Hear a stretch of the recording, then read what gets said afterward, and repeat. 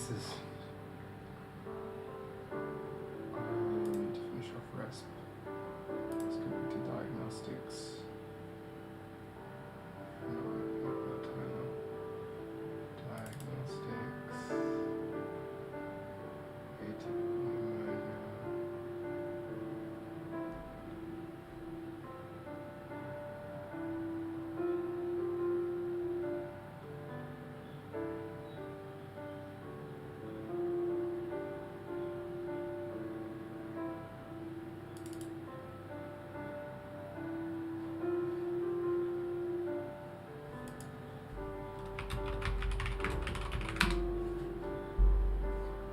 Okay, 37-year-old female presents with a 12-day history of low-grade fever, cough that's productive, with little sputum, malaise and lethargy. Crux of the lungs or lung fields. She was seen by a GP given amoxicillin at home. What is my provisional and differential diagnoses?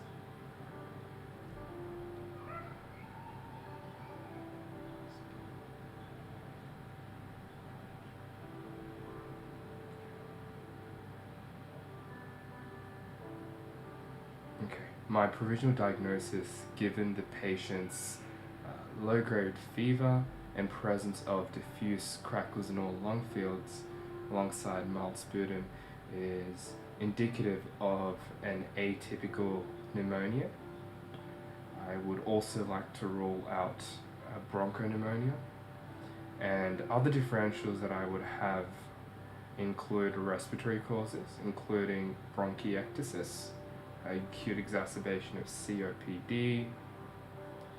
Given the patient's lethargy, I might like to rule out anemia, and then malignancies, including lung cancer, for example.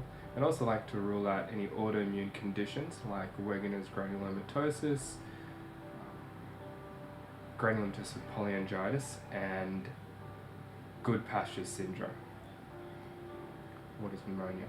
Pneumonia is characterized by infiltration of exudate in the alveoli with evidence of consolidation on chest x-ray.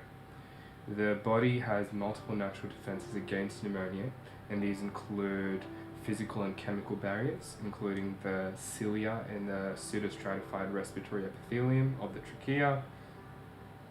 It also includes the cough reflex, and if compromised, for example, in low GCS states, the patient may be prone to an aspirational type pneumonia. And innate defenses, which includes the inflammatory response, infiltration of neutrophils, and then the adaptive response, which involves the use of T helper cells and B cells to create immunological memory. Okay. Any other natural defenses?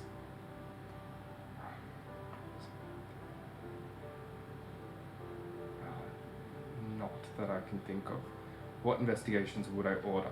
Given that I suspect pneumonia, I would like to do a bedside, potentially, given the presence of fever, I might like to do a urinalysis bedside, and potentially also a VBG to characterize the severity of the patient's pneumonia. VBG to assess for any evidence of hypoxemia or any sepsis. And then bedside, I'd like to order full blood count, EUC, LFTs for baseline function, and I might like to proceed to microbiology investigations, including a sputum microscopy culture and sensitivity test. And I would also like to potentially do a blood culture to rule out sepsis, and then I would proceed to imaging, including a chest x-ray to look for any life threats such as pneumothorax, and also look for evidence of consolidation consistent with pneumonia. And if I get equivocal findings, I might proceed to a CT, and if I'm concerned about malignancy given history and examination, I might like to do a bronchoscopy to potentially biopsy any lesions that may be present. I would not order that currently. identify the pathology on these images. So in this image, we can observe the trachea appears to be slightly deviated to the right.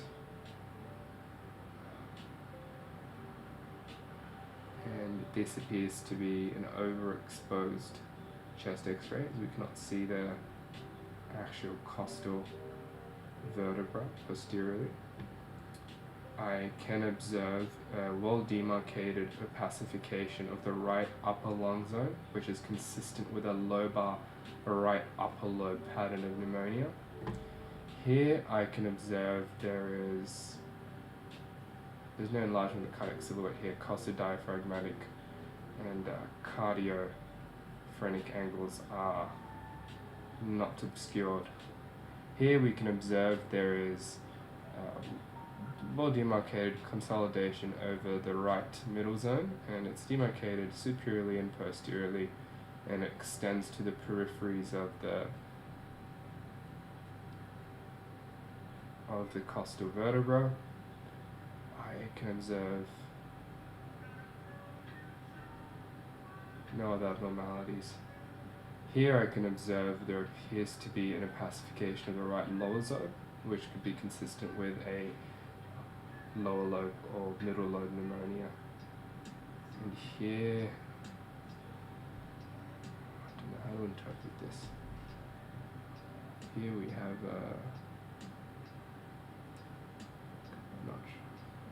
here we have a well demarcated opacity of potentially the middle lobe of the lung.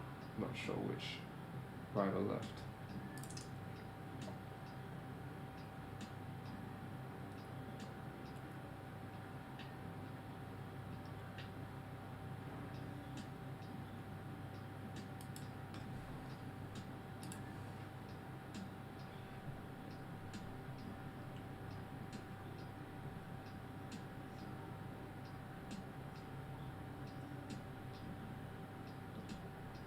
Compare typical and atypical pneumonia.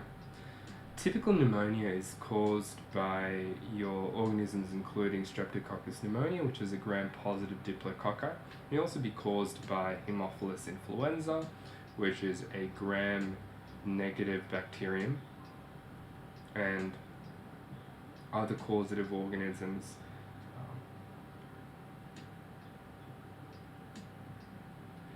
For atypical pneumonia, it tends to be caused by your atypical microorganisms, often lacking a cell wall, and this includes chlamydia, mycoplasma, and legionella. And rather than causing inflammation of the alveoli, we usually get inflammation of the alveolar septae in the interstitium of the lung, and this includes diffuse opacification in lung fields, and it's often described as a walking pneumonia, as patients typically do not have increased sputum production, and we can observe headache and other symptoms.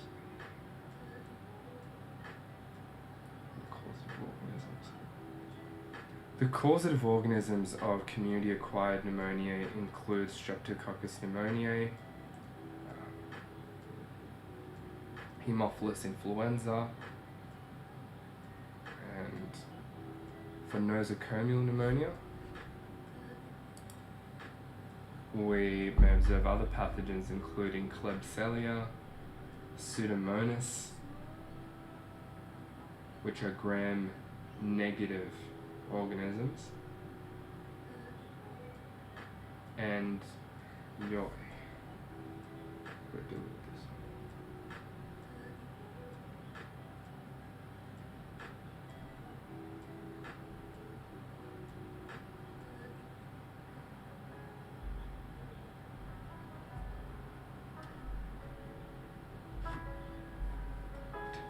atypical pneumonia.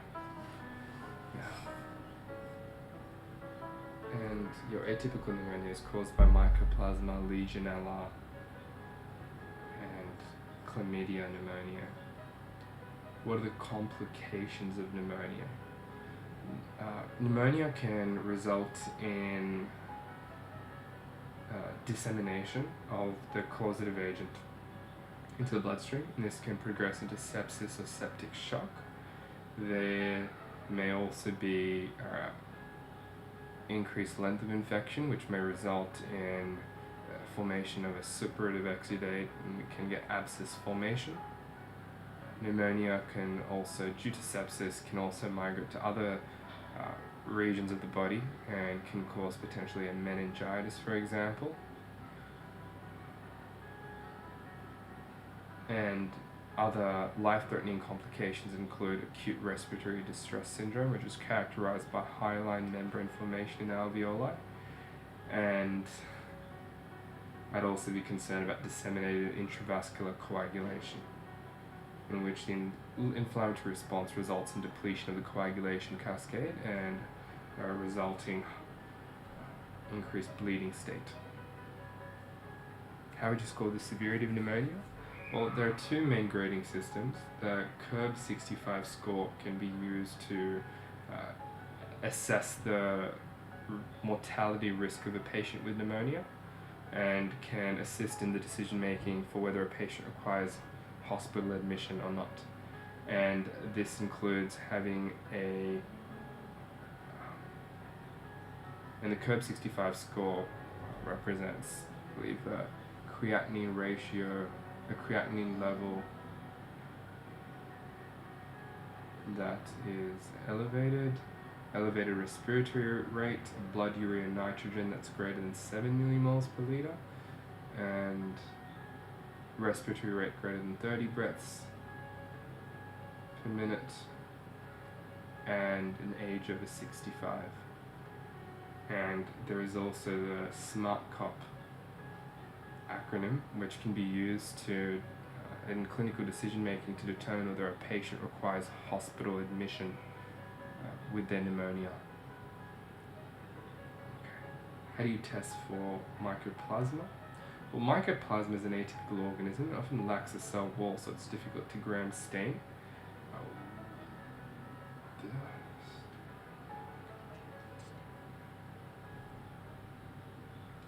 It may often be determined through using a nucleic acid amplification test of a nasopharyngeal swab to look for mycoplasma DNA.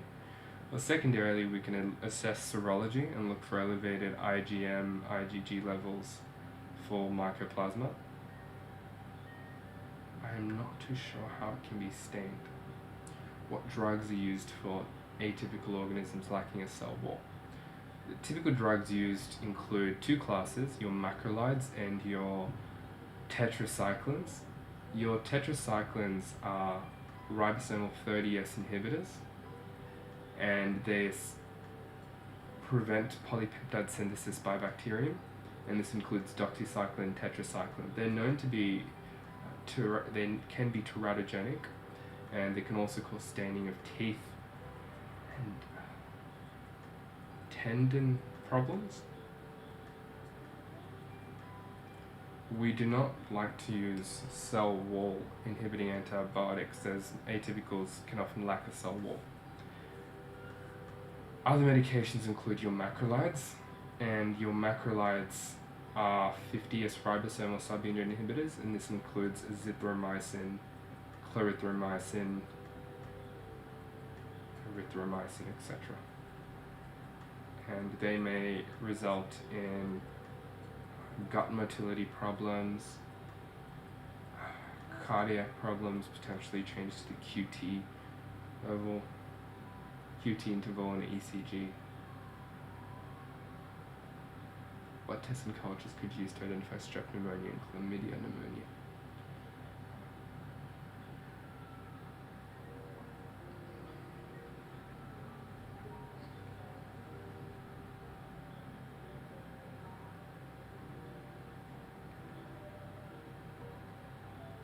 So for Streptococcus pneumoniae, this is a gram-positive diplococci. So I can use your typical gram stain, which involves the use of an iodine crystal violet complex and counterstaining following the addition of a dehydrating agent like ethyl alcohol with saffron and counterstain. And we'll observe purple colored, which is gram-positive diplococci. And observe that on microscopy. For Streptococcus pneumonia, we can also do a urinary pneumococcal antigen test, which observes and looks for streptococcal antigens that have been excreted in the urine. For chlamydia, it's difficult to culture. We may prefer to do nucleic acid amplification of chlamydia genetic information. How would treatment vary for these different organisms? Streptococcus pneumonia will often result in the use of a beta-lactam antibiotic, which inhibits penicillin binding proteins in bacterial cell walls. And as a result, we may prefer to use a benzyl penicillin, and this has a very narrow spectrum activity, or we may also like to use amoxicillin, which can be oral. And for chlamydia, we may prefer to use doxycycline. As mentioned, it's a 30S ribosomal subunit inhibitor, and thus it can target bacterium that do not carry a cell wall. How does a gram stain work? With a gram stain, we use iodine, which will then complex with crystal violet and form an intense purple color that does not leave the cell wall. And gram staining assists in the differentiation of gram-positive bacterium, which have a single thick peptidoglycan cell wall outside of their cell membrane, and gram-negative bacterium, which contain two cell walls that are thinner in nature and surround both sides of the cell membrane. We begin by the addition of a crystal violet stain, which will complex with iodine, and then we aim to dehydrate the bacterium to tighten the cell wall and prevent the leakage of this crystal violet and gram-positive bacteria. And then we counterstain with a saffron N dye, which is red.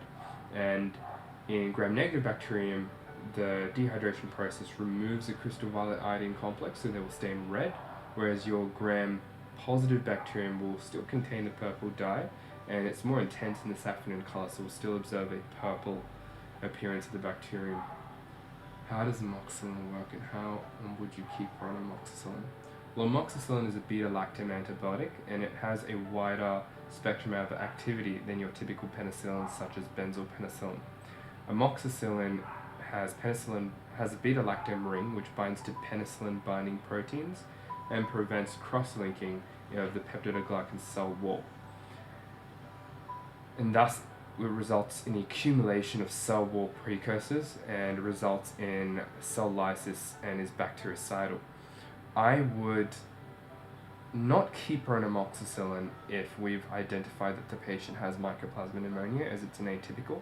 Now would switch to a more targeted antibiotic therapy such as doxycycline. How would you assess whether she should be treated at home or at the hospital?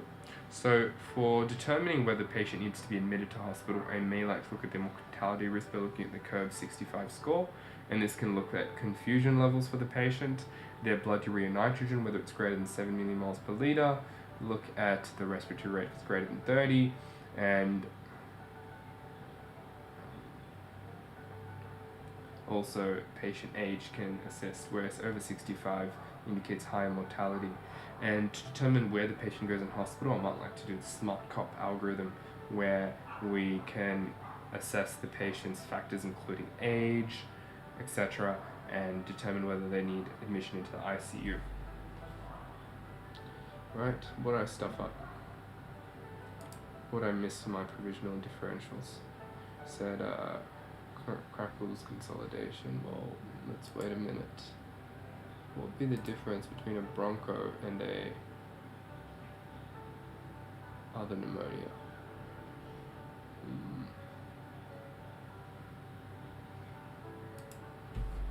Broncho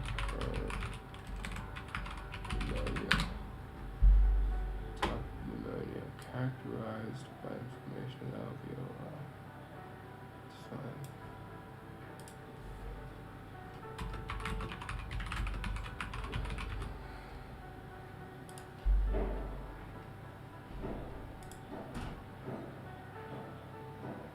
Wikipedia's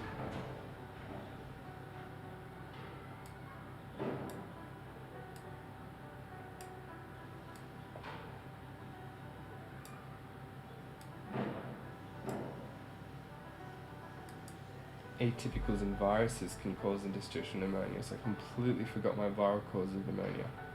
Discovery of X-rays, normal, lateral, to posterior, parallel lobe. See that posteriorly. Okay.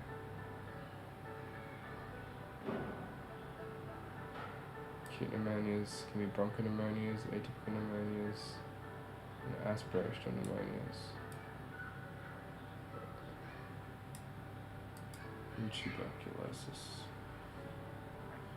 I completely forgot TB. She has cough and fever. I'd like to rule out TB. What else did I mention? It could be an upper respiratory tract infection. So Legionella and atypical. Coxiella burnetii. Does that cause Q fever? It's most likely mycoplasma. Given an atypical presentation, mycoplasma is the most common cause. It must be Legionella or chlamydia. And other causes I'd like to break down to infective causes, which include, we mentioned different types of pneumonia. There's broncho, lobar. Oh, let's look at Keys notes if there's anything. So typical pneumonia, I've got Moraxella catarrhalis. It can also be gram-negative rods, including Klebsiella, Pseudomonas rods, so that would mean it's a bacillus. Rhinoadeno, the influenza can sometimes cause it, and lower respiratory tract, acute bronchitis. How did I forget I had acute bronchitis. TB, and then CCF as well. Fungal aspergillosis. Okay. So I'd like to break into other causes of pneumonia, viral, fungal causes. I like to rule out respiratory causes of shortness of breath and crackles, which includes upper respiratory tract, lower respiratory tract, and cardiac as well. Okay, what would I ask? I'd like to know the sputum, chest pain. I'd like to know whether they have any underlying pulmonary disease. Sick contacts are so important. With a respiratory history, I must always ask sick contacts. What else do I need to know? Infections, PA lateral chest x-ray, looking for diffuse reticular nodular infiltrates, and absent or minimal consolidation. Minimal consolidation.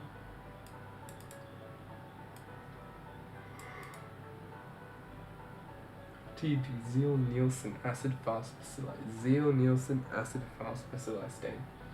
Bedside, do a O2, to urine for Legionella and pneumococcal antigens, do FBCs, ESCs, BSLs, LFTs. How did I forget BSL?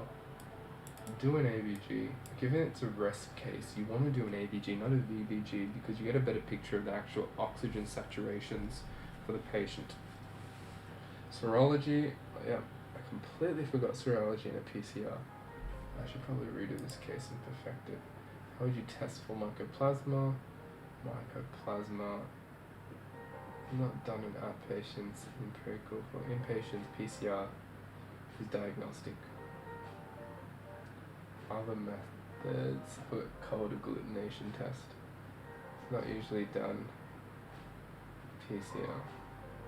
So you do IgM, IgG, and a cold agglutination test, which is when we get a cold sample of the patient's blood and combine it with erythrocyte antigen 1, is that right? Erythrocyte 1 antigen, and there'll be a cross-reactivity as the antibodies to mycoplasma from the patient's blood cross-react with human red blood cells. Should be a question.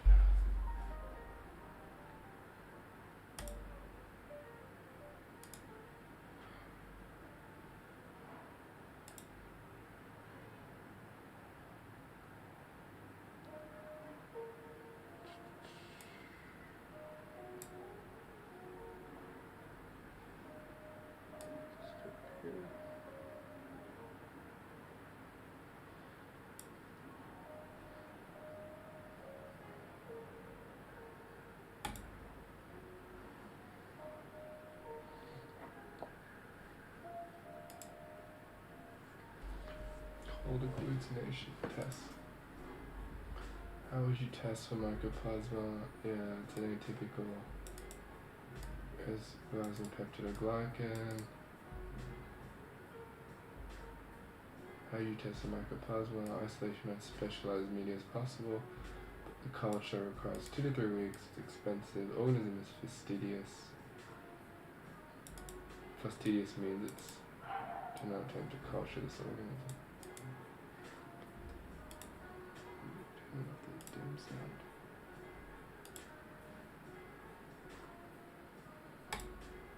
Will amoxicillin work?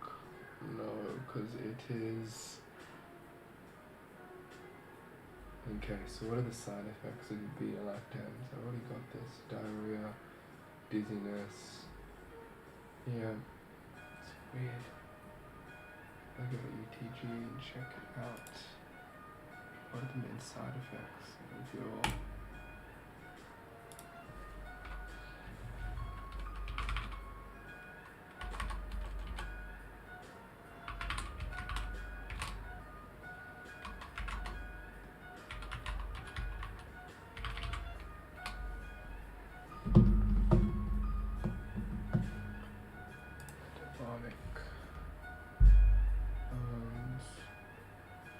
so many infections, respiratory infections, pneumonia, diagnosis, community acquired, tab, hospital acquired, aspirational, parapneumonic effusion. Oh my lord, I forgot that.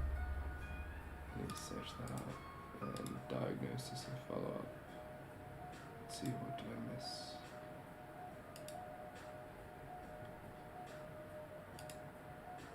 Just the same thing.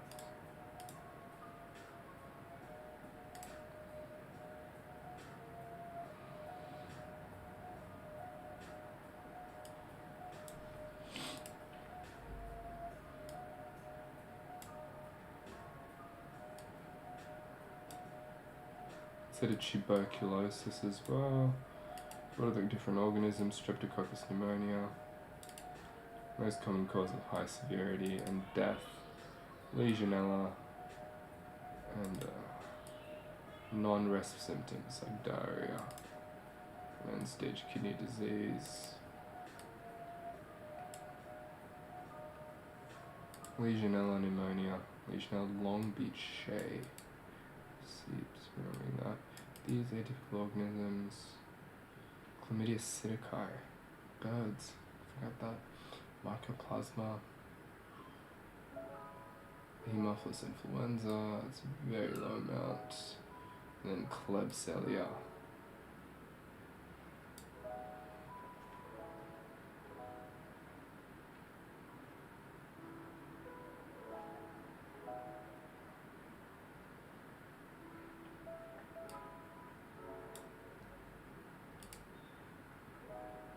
Staphylococcus, and it's influenza RSV.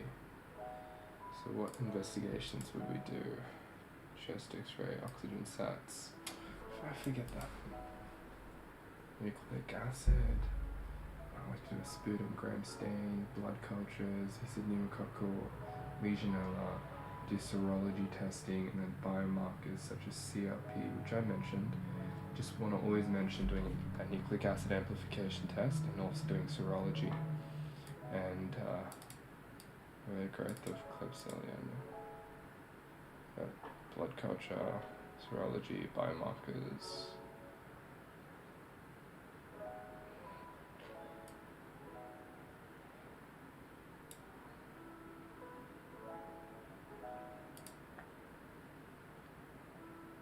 You don't do adjunct corticosteroids, which makes sense.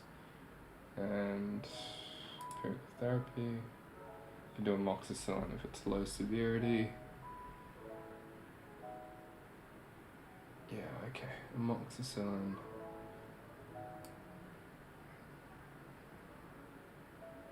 Non-productive cough. Bilateral lower zone infiltrates. So your atypical can be lower lobe infiltrates. And you give doxy. And yeah, you might have to do amoxy and doxy if it's moderate severity, you do benpen, doxy. Makes sense. And what if you're high severity? Kef, 2-drug. Use a 2-drug regimen.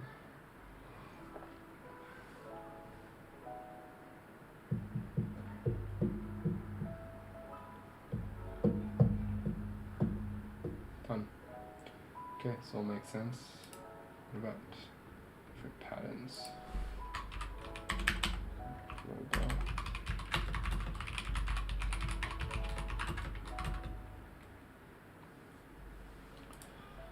Get there. Radiology. Radiopedia. Come on, save me, Radiopedia. You do this. Bronchopneumonia, also known as lobular pneumonia, and sort of more lobules of the lung.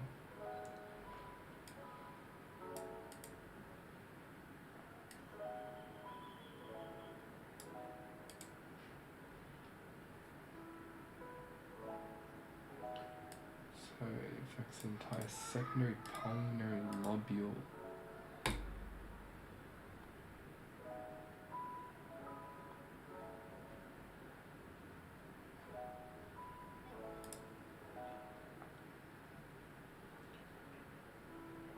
Don't see this cool image.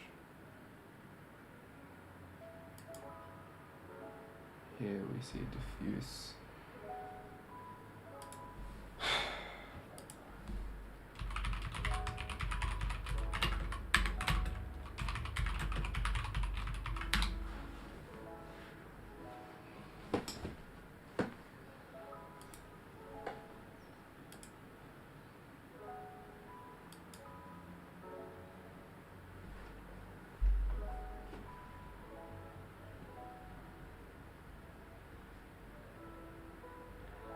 Okay, so it's homogeneous consolidation of one or more lobes, whereas that's of a lobule.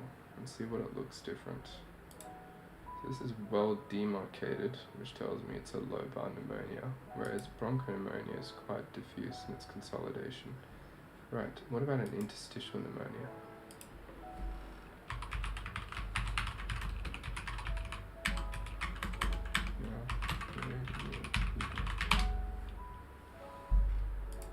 Usual interstitial pneumonia.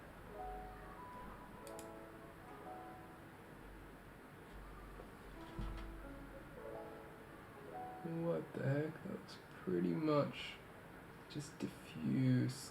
Okay, let's compare that with broncho. Broncho is clear consolidation, like all over, whereas your interstitial is just hazy diffuse opacification, and your lobar is distinct. So broncho, lobar, interstitial, got it. Okay. And we will. Will moxie work? We said no. Mild, we can give amoxi and doxy. Moderate, benpen, doxy. Severe, kef.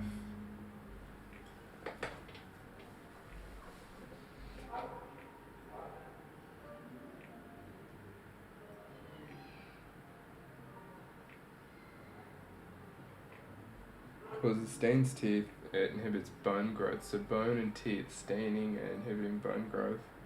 And its photosensitivity. Okay. Confusion, blood urea nitrogen greater than 7 millimoles, respirate greater than 30, and blood pressure is what I forgot. What is that? Hypotensive. Less than 90 systolic. So confusion, blood urea that's greater than 7, respiratory rate greater than 30, and a blood pressure that's less than 90, and then the age, which is 65. The Korb score is simpler. You can look at oxygen sats, which I didn't order for the bedside. And then smart cop. Systolic, multilobar involvement, looking at the albumin, respirate, tachycardia, confusion, oxygen, and pH as themselves if they're acidotic. So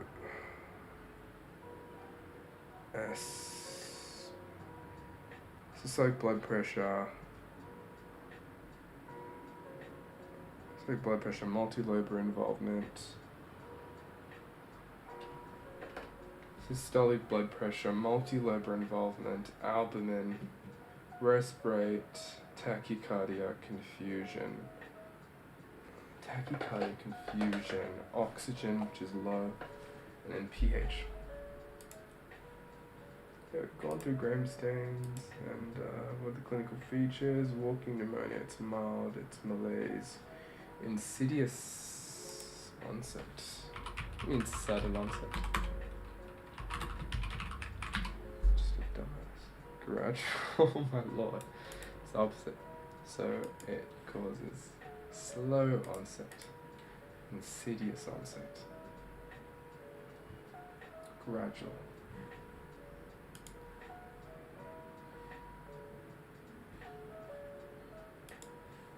Okay. X-ray looks worse than the patient. There's diffuse interstitial infiltrate, and it's young military recruit prisons. What are the complications? Which are completely butchered, right? You can get an effusion, which is extension of the inflammation to the pleura. You can get the collection of pus, so an empyema or an abscess. So you can extension of fluid, formation of pus, dissemination, so that can be bacteremia causing sepsis, septic arthritis, meningitis, and then we can also have a septic shock and multi-organ failure. So those are complications. Patient asked me what can go wrong with my pneumonia. We can mention that while the fluid of the pneumonia can actually extend outside to the what we call the pleura, which is the lining of the lungs, and that can cause what we call an effusion, or parapneumonic effusion. We can also get collection of pus in that area, which is called an empyema. You can get a collection of pus in the body cavity, can cause what we call an abscess. You can have extension to the brain, meningitis, septic arthritis, osteomyelitis from the bloodstream, and we can get a septic shock. Compare the pathogenesis of typical and atypical pneumonia. Atypical is more gradual. Symptoms is productive versus non-productive, and they get some mild dyspnea, whereas you get some pleuritic chest pain, productive cough there. And you might just notice hypoxemia in atypical, whereas here you have fever, tachypnea, dullness to percussion, bronchial breathing, and a pleural friction rub, which is indicative of pleural effusion. Investigations, you can have chest x-ray, you can have hypoxemia, diffuse interstitial opacities, children, young adults. Alveolar septate and interstitial, and you can get alveolar. For the stages, acute respiratory distress, highlight membrane formation, absence of intraalveolar exudate. There's presence of intraalveolar exudate. Type 2 pneumocytes are damaged, lack of surfactant leading to pulmonary inflammation if alveolar damage.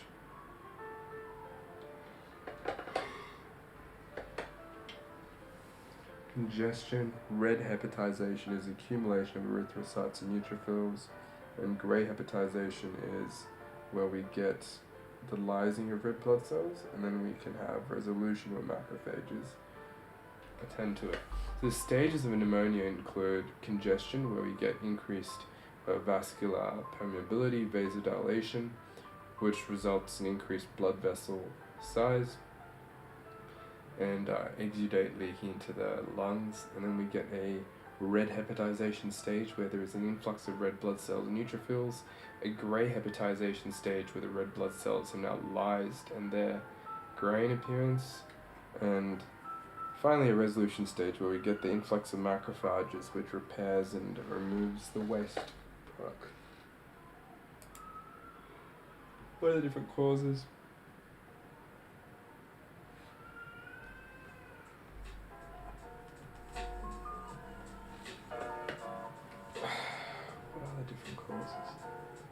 Moraxella catarrhalis, whereas Pseudomonas, Pseudomonas is for the hospital, Klebsiella is an aspirational.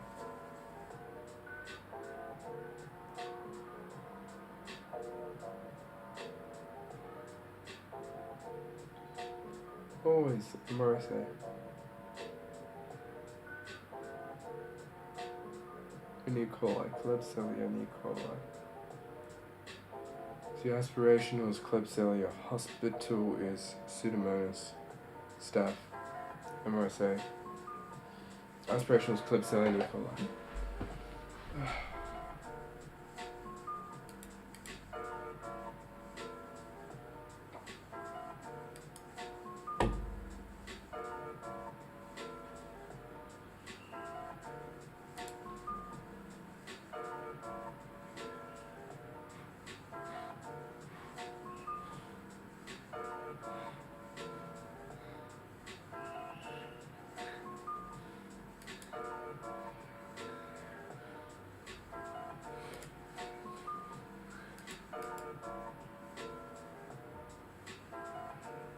Needs to be at least 15 ml, so usually wash the mouth with saline solution, and then needs to come deep in at least 15 ml. First thing in the morning, well hydrated, wash the mouth with water, saline.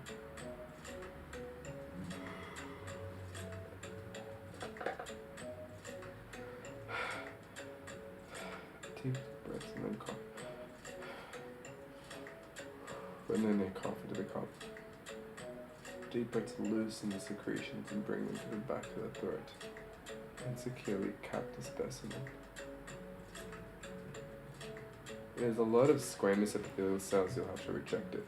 This is important for being a good JMO. If I'm concerned about a sputum sample, what I'm going to be doing, if I'd like to collect a sputum sample, I get it first thing in the morning, I'll get the patient to inhale and exhale 3 times.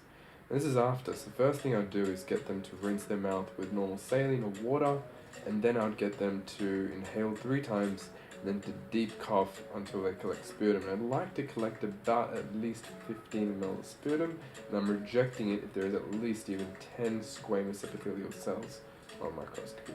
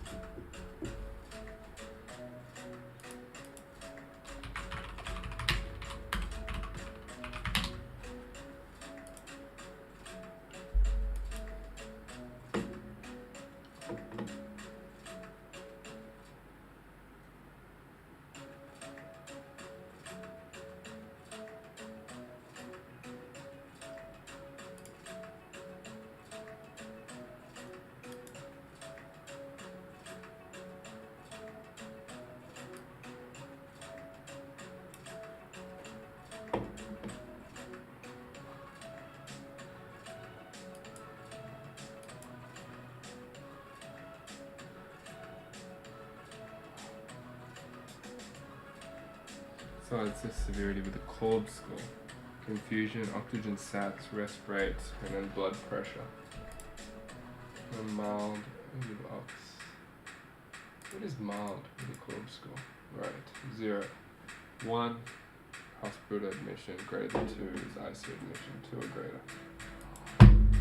At 0 is low severity, I would just empirically treat her and discharge. And moderate is hospital admission, ICU admission.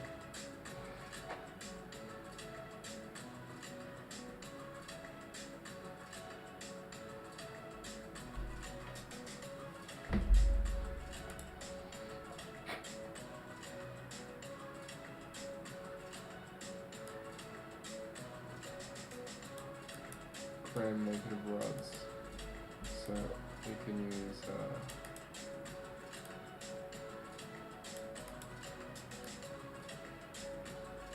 anti-pseudomonal, so caffeine, anti-pseudomonal, and what is this saying so much? To talk what about duration of therapy? Let's see.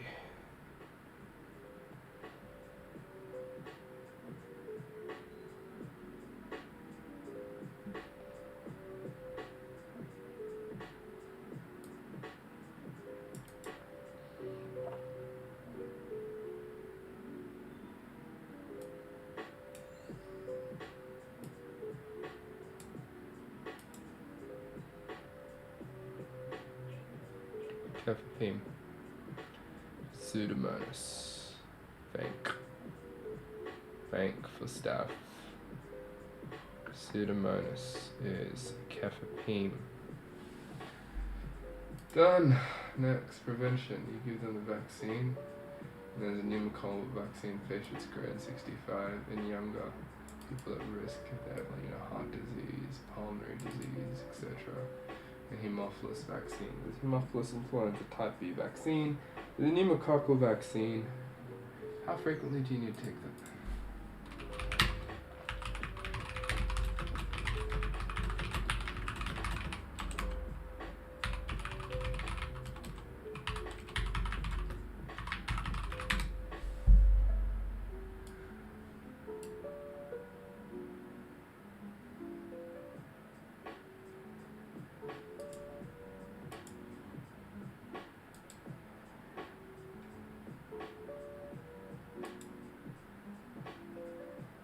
Done. Alright, we finished pneumonia. I'm gonna redo this. But let's go to lung abscess and let's do whooping cough. Oh lord, I need like 1 sec. Break.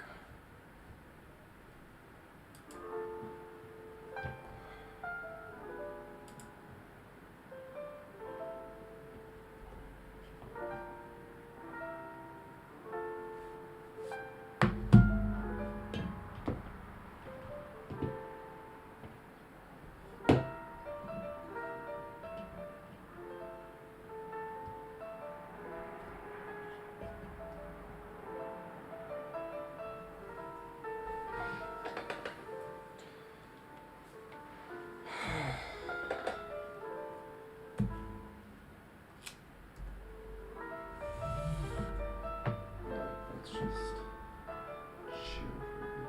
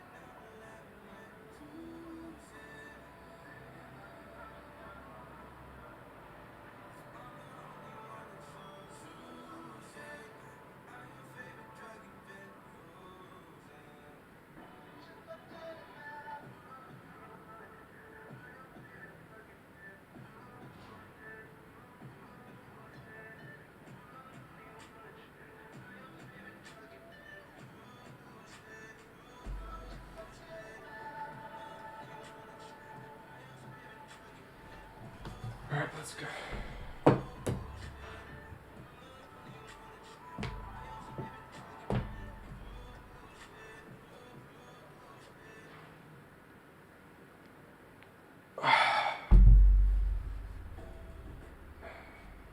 do this.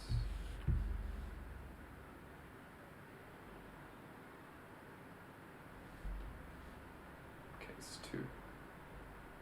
One at a time.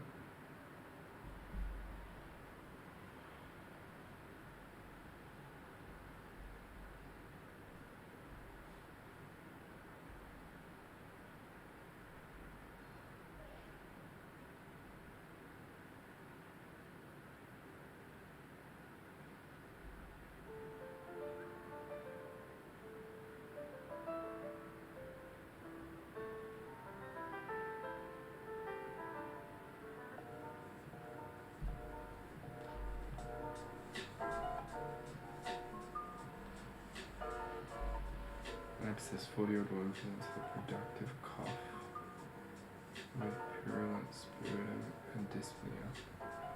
She's got a productive cough with purulent sputum and dyspnea. She's febrile, tachycardic, and tachypneic. There's coarse crepitations in the right base. Called white pneumonia is just the fact that the sputum's purulent. What is the difference? Purulent.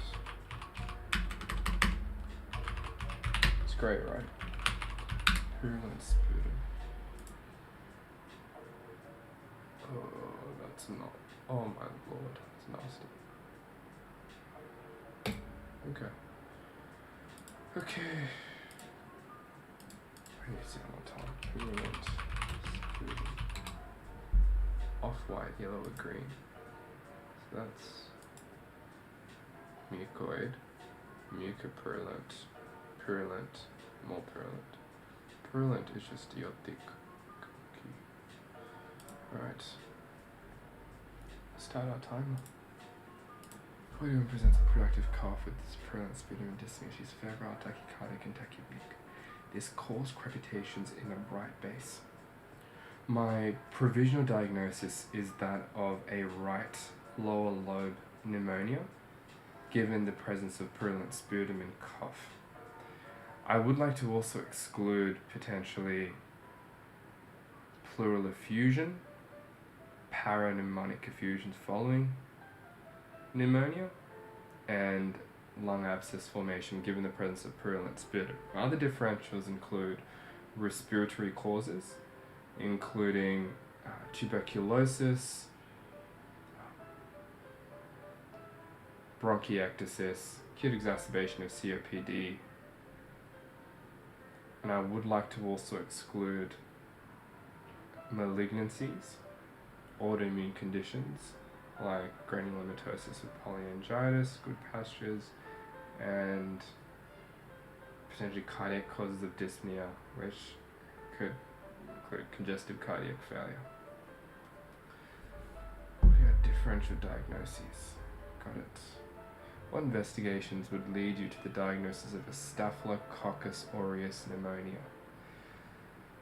So, Staphylococcus aureus tends to cause nosocomial pneumonias and can also cause aspirational pneumonias. And given patient factors such as stay at hospital, I might be concerned.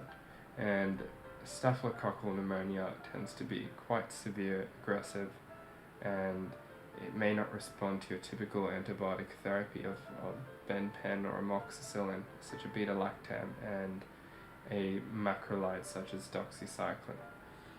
I would also be indicative of Staphylococcus with investigations including a sputum culture, which might grow Staphylococcus aureus, and I might see gram-positive cocci, which characteristic of Staphylococcus aureus. And I may also observe this on blood culture. And how do you tell the difference between Streptococcus and Staphylococcus before culture? Streptococcus is a gram-positive diplococci, whereas Staphylococcus is before culture. sure. How does Staphylococcus cause pneumonia? So, the definition of pneumonia is infection of the alveoli and presence of consolidation on chest x-ray. And Staphylococcus can invade through to the alveoli. It has certain virulence factors such as staphylokinase, hyaluronidase that can break through and invade through the connective tissue of the alveoli, result in exudation, resulting in dyspnea, and also form this consolidation like pattern on chest x-ray. And it tends to be quite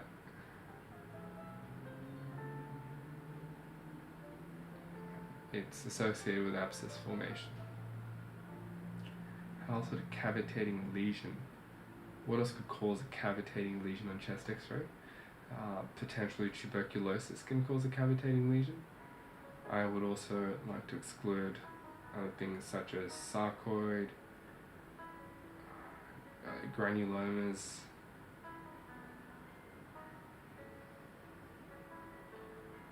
so amyloidosis may cause this, and potentially malignancies. What organisms would you find in a throat swab? I would find your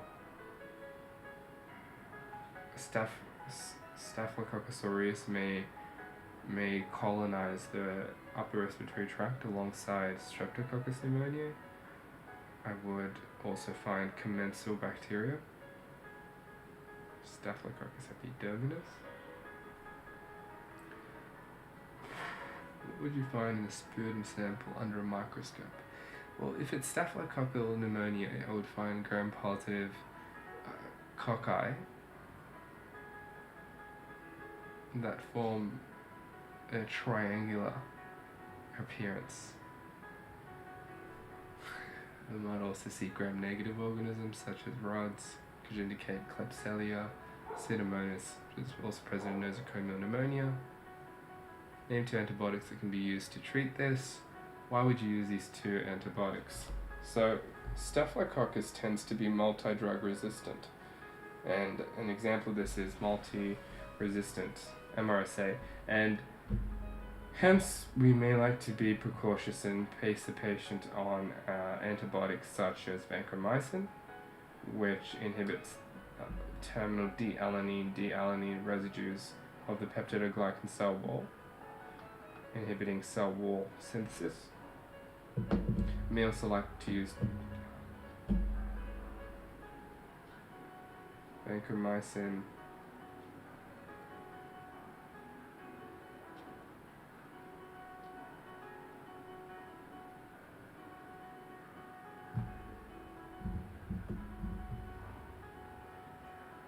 ecanomycin? No. Let me check that. What other would I use? Tazobactam? How common is MRSA? I have no clue.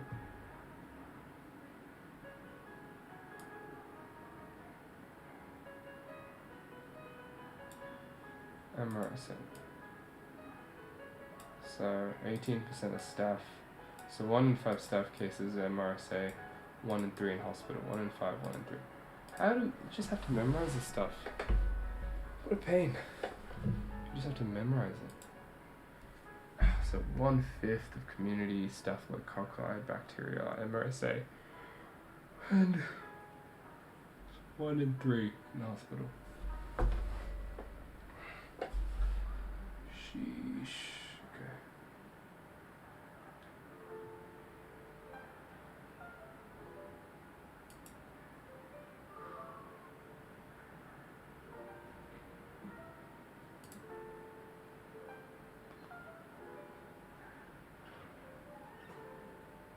That's 65 minutes.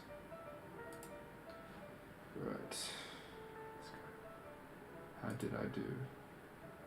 Lung abscess, community acquired pneumonia, and it could be a typical pneumonia due to localization. What are my differentials? Infective, malignancy, vascular, genetic, and cardiac. It's a good way to break down your differentials. So respiratory, your infectious can be your hospital-acquired aspiration or Comitia TB, lung abscess, empyema, COPD, asthma exacerbation, acute bronchitis or bronchiectasis, and then upper respiratory causes such as pharyngitis, malignancy such as lung cancer. I forgot life threats. You always keep forgetting life threats. Your pulmonary embolus and your pneumothorax should be mentioned in a patient with dyspnea, just to rule out that you understand that there are life threats. So any case of dyspnea, you think pulmonary embolus, pneumothorax are life threats you'd like to exclude. Genetic cystic fibrosis, and then cardiac congestive cardiac failure. Next, what investigations would lead to the diagnosis of Staph aureus pneumonia? Early multilobar involvement. Okay, and there's always some kind of complicating lesion. So an abscess, an empyema, or pleural effusion. Abscess, empyema, pleural effusion, multilobar.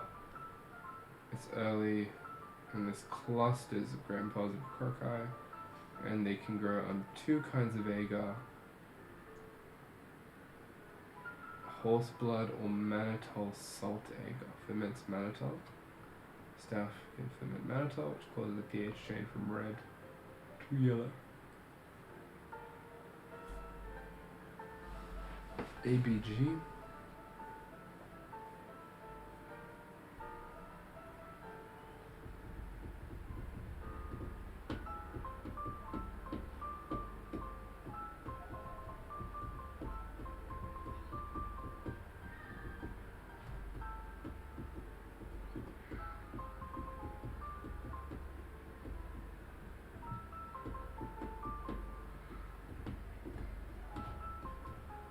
So don't improve with antibiotics, you might want to do a bronchoalveolar lavage and PCR. Okay, so what investigations do you order for a patient with suspected pneumonia? So bedside, you can look at Korb score to look at any whether you need to discharge, whether you can treat the patient in an outpatient setting, and this could involve getting oxygen saturation at the bedside, getting blood glucose levels, and we also like to do an ECG for an emergency department setting.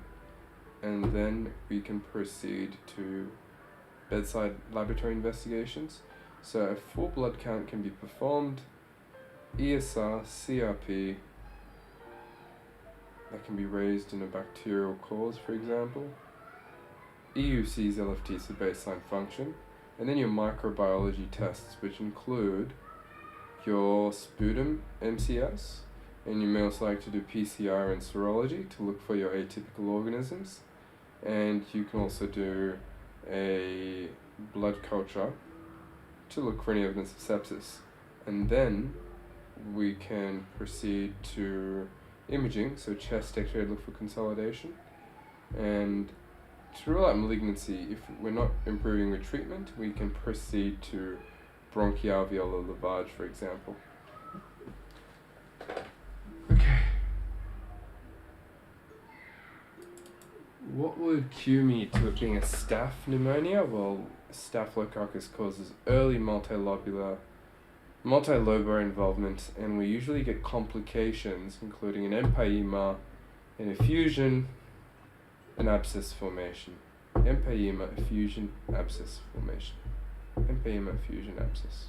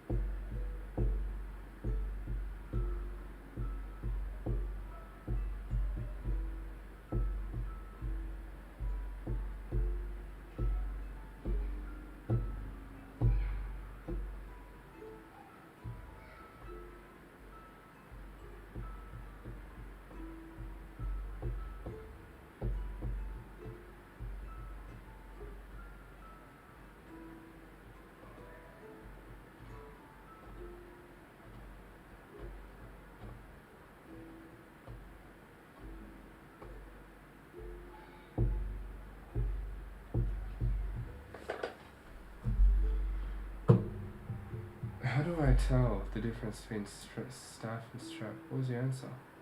Clusters, streptococci and rows. Clusters. Ah, it's culture. This is just microscopy. So culture is... But you microscopy a culture. So how would you know before a culture? What? Do a catalase test. Ah, staph is catalase positive. So you can gram stain the sample on microscopy. You gram stain a culture. Surely.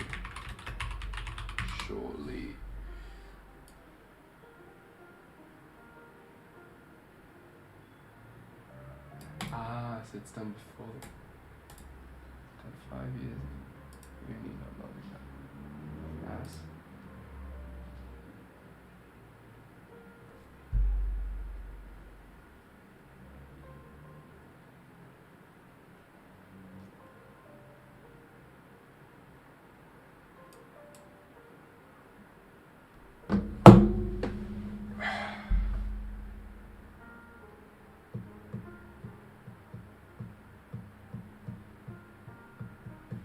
Staph, strep, catalase test. How do you forget catalase? Clusters and rows. Look like Dorito chips when you look at it in a microscope. Well, how does staph cause pneumonia? Well, catalase can protect itself from free radicals, and it also has superoxide dismutase. It also has coagulase, which activates prothrombin and thrombin, which can close the organism and protect it from phagocytosis. How crazy is that? It's got penicillinase.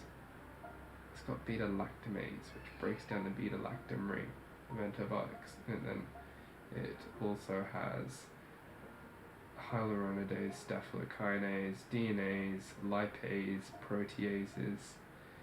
So to protect itself from host defenses, it has things such as, it has enzymes such as coagulase, which allows it to activate the coagulation cascade and accumulate fibrin around organisms, which protect them from phagocytosis. Catalase, protein A, and then a mutated penicillin binding protein.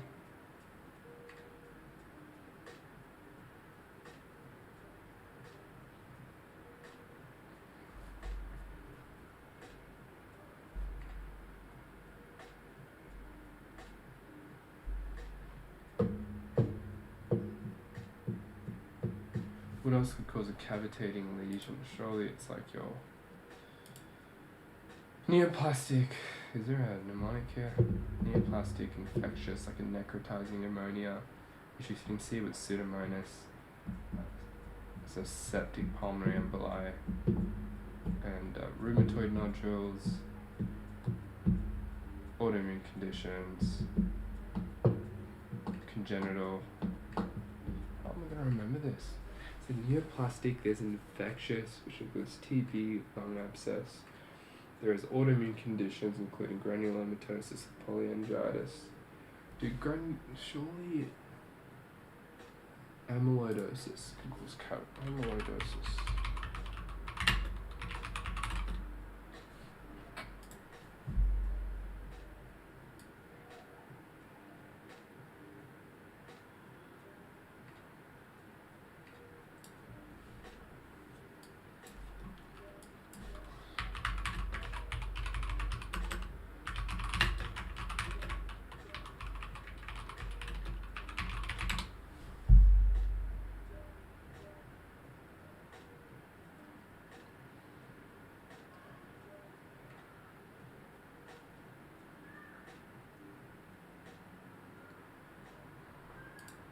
Who knows? So the cause of cavitating lesions could include lung cancer. It could include respiratory causes such as a septic pulmonary embolus, tuberculosis, necrotizing pneumonias. We can also have autoimmune causes such as granulomatosis with polyangiitis. Okay. What organs do you find on throat swab?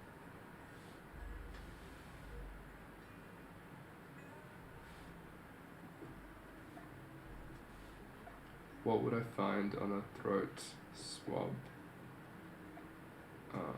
normal flora, strep viridians. How did I forget that? It's in the mouth. And your HASSEC group of organisms. Your Agregitobacter, Aikenella, Kingella, Neisseria, Staphylococcus, Moraxella, small amounts of Candida, and some anaerobes are possible. So the normal oral flora of a person's mouth consists of Streptococcus viridans bacteria. It also consists of your HASSEC group of bacteriums. There are small amounts of fungi such as Candida albicans. There is also some staph, could be some Moraxella.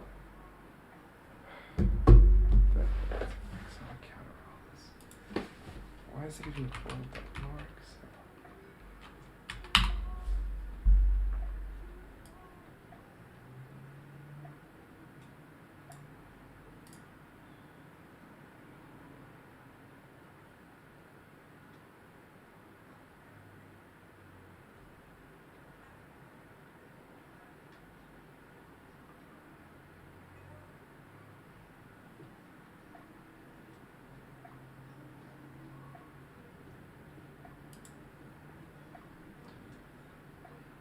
Okay, what would you find on the sputum sample under a microscope? Squamous epithelial cells, polymorphonuclear lymph stains, and then the causative organisms. So gram stain, I'd find a low number, less than 10 squamous epithelial cells. I would then find causative agent and also polymorphonuclear leukocytes. Polymorphonuclear cells, which are neutrophils. Any two antibiotics that can be used to treat this. What was it for staph? Come on. Completely. Staph you give bank. What else do you give them?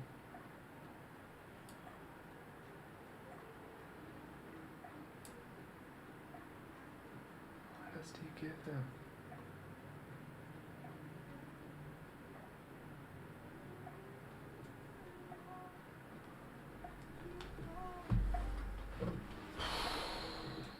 What does it say here? Floclox. I thought about that. Beta-lactamase resistant due to beta-lactamase resistant binds to penicillin. Yep. And then you can also use cefazolin, and then we can use vancomycin or linezolid. They bind to the terminal amino acids of pentapeptide chain, dealanine terminal amino acids, and they prevent transpeptidase enzymes. 1/5 of all staph cases and 1/3 of all hospital cases.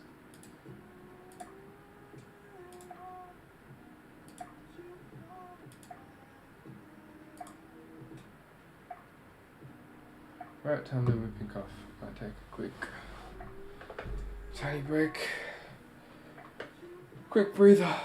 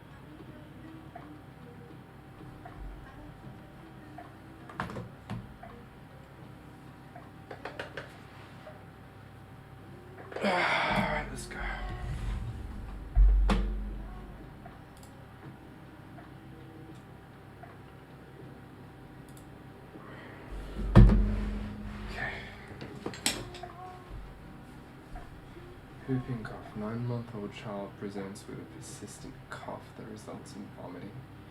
He was irritable, felt poorly, and was not able to be settled. He would hear inspiratory stridor, which tells you it's likely an upper airway kind of obstruction. What's your provisional diagnosis, and what is the clinical course? It's self-limiting. Likely it's whooping cough. It's common in preschool and school-age children. And it's caused by the bacterium Bordetella pertussis, which is a gram-negative pleomorphic, which means distinct, right? It's characteristic. It's funky looking.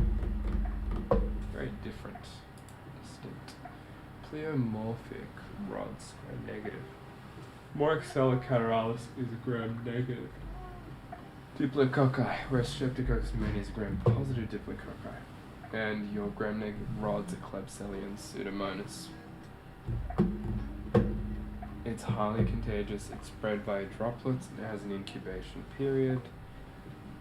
That's half that of COVID-19. 7 days. The clinical course, there are 3 main stages.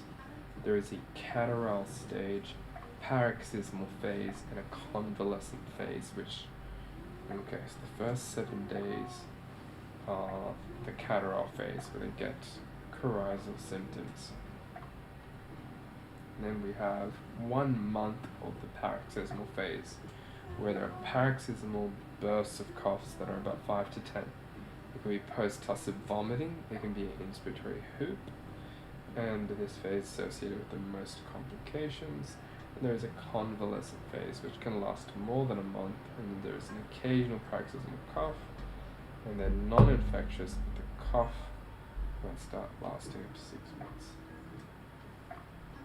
Serology.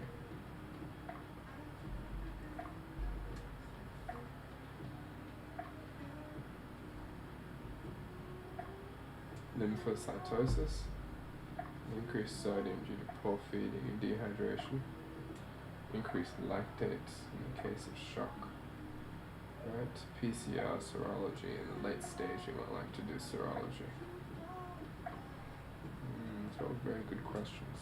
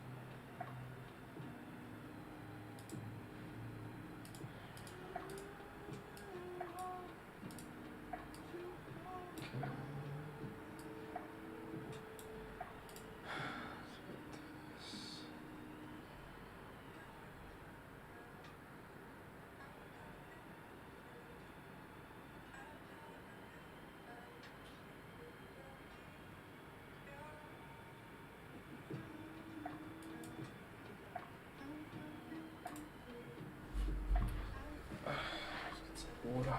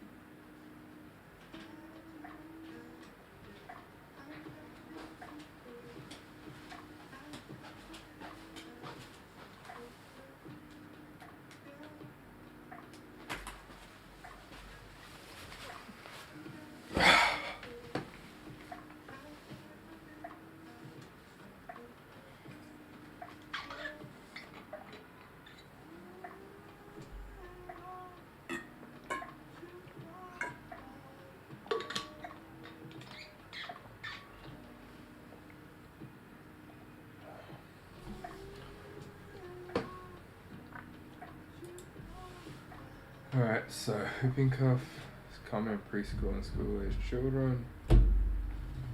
There are 3 stages. There is the what is it called? Catarrhal stage. What does catarrhal mean? How is it different to coryzal?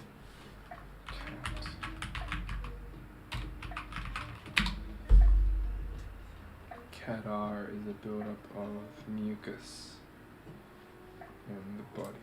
Chronic catarrh. Catarrhal stage, we get the buildup of mucus, coryzal symptoms, and then that lasts for about 7 days. And then you tend to get a paroxysmal stage, which is about, usually can last up to 1 month, where we get these episodic paroxysmal coughs with 5 to 10 coughs, and then there's a post-tussive inspiratory whoop, and it can also be a post-tussive vomit. And then we have convalescent stage, where they begin resolution. Is that paroxysmal? Yeah. And there is a convalescent stage where we observe resolution of symptoms, but that can last months, 1 month or longer, and it's still characterized by episodic hoops that are decreased in frequency.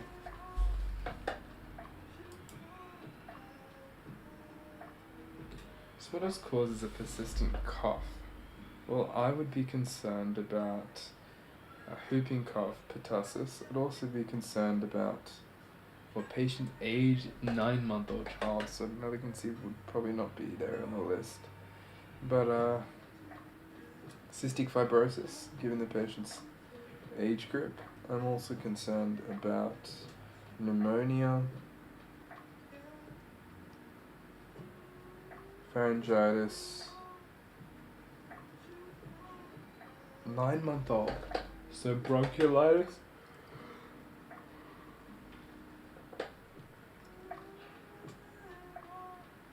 Croup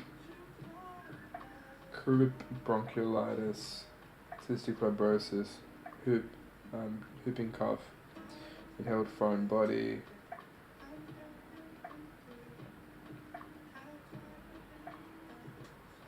or reflux. So I would like to exclude my provisional diagnosis is that of pertussis. Given the chronic cough-like symptoms, I would like to exclude other bacterial causes. Other causes of respiratory illnesses in a 9-month-old, including croup, which is caused by parainfluenza viruses 1 and 3, bronchiolitis, which is caused by respiratory syncytial virus, and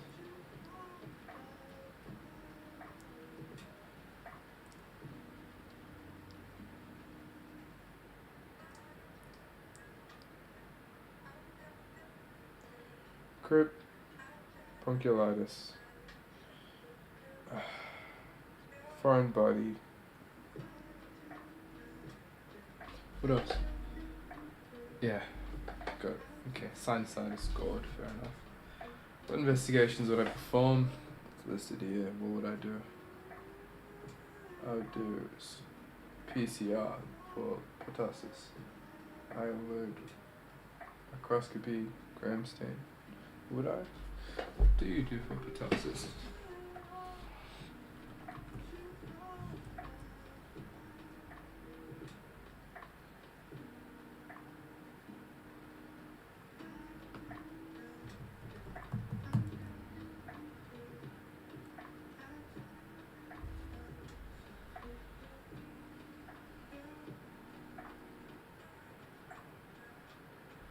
Respiratory tract, respiratory syncytial,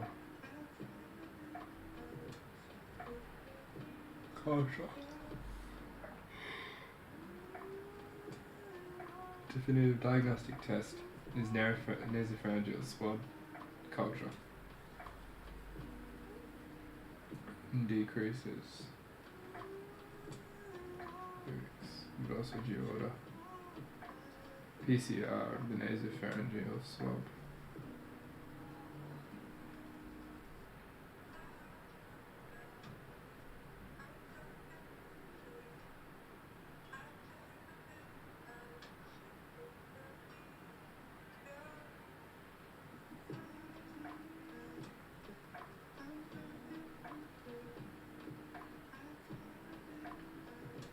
Serology, Goblet count, lymphocytosis.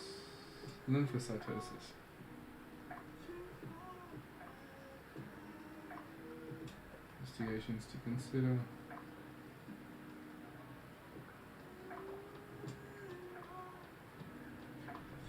Okay. So for pertussis, my diagnostic investigation of choice is that of a nasopharyngeal swab and culture, for which I'll observe gram-negative pleomorphic rods. Is that right? What do we see? Yeah, gram-negative pleomorphic rods. And I'd like to also do a full blood count, EUCs to assess the patient's hydration status. And I would also proceed to get a nasopharyngeal swab and undergo culture, which is diagnostic, and as an adjunct also be at PCR. And I may consider serology if we're looking at the late phase of infection, so potentially 3 weeks after onset of the cough. And I would not continue with imaging such as chest x-ray due to radiation risk in a young infant.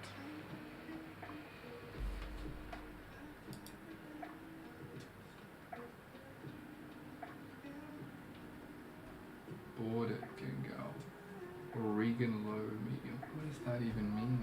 I've never heard of that before. Border Gengal medium.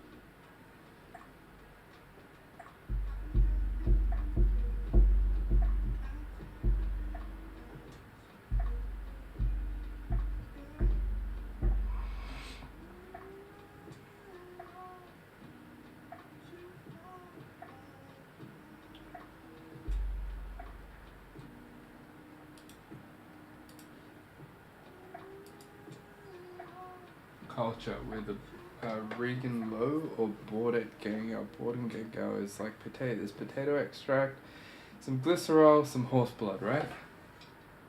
Sheep blood. Same thing. So there's some blood, potato extract, glycerol, and then for your Regan Low, the charcoal medium. And it contains caprolactam.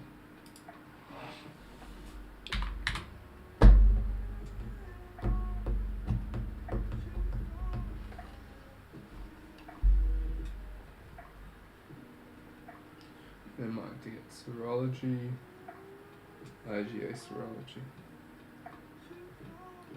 leukocytosis. What is the pathogenesis of whooping cough? Specific 2 weeks of coughing. Diagnosis is a pie. Post-diagnosis. Diagnostic criteria. Clinical history and exam.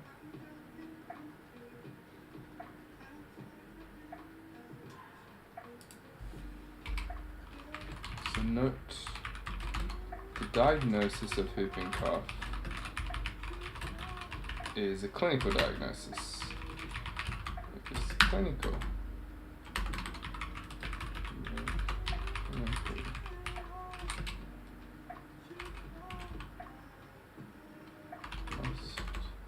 They must have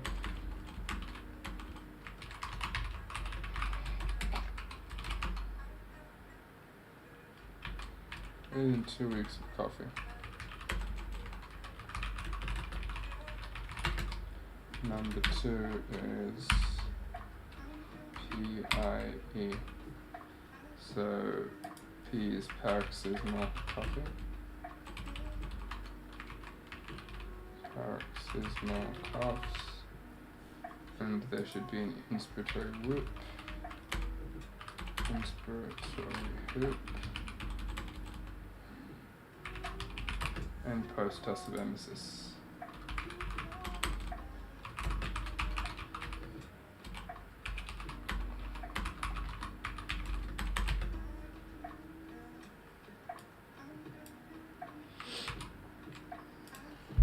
Must have greater than 2 weeks of coughing. There must be paroxysmal coughing, an inspiratory whoop, and emesis that's post-tussive. And the disease also affects adults. Yeah, okay. Next. Outcomes and complications.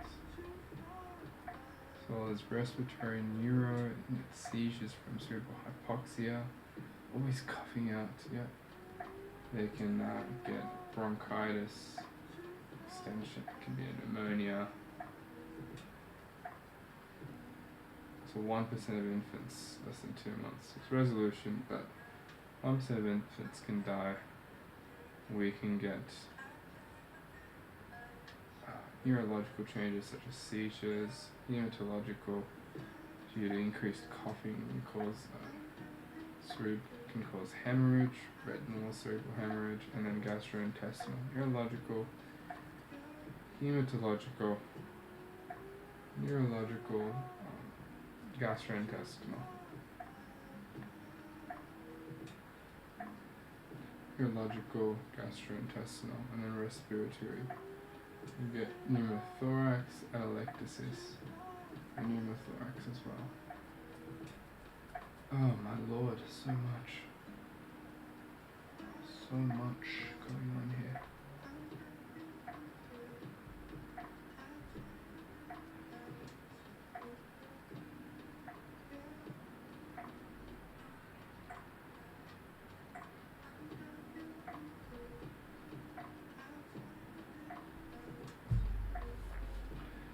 So what are the complications of pertussis? Well, pertussis can cause respiratory complications. First of all, they can be systemic manifestations, and this can include electrolyte imbalances, or you can get the post-tussive vomiting, and other body systems that can be affected. There can be blood glucose control, there might be a state of hyperinsulinemia. How does that even happen? say that coming out of my mouth. I need to know how. So how does pertussis cause hyperinsulinemia?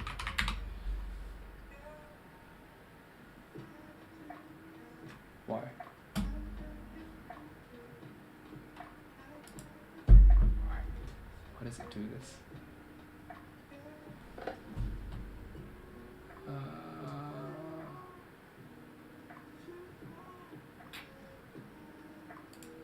Mice, so it seems.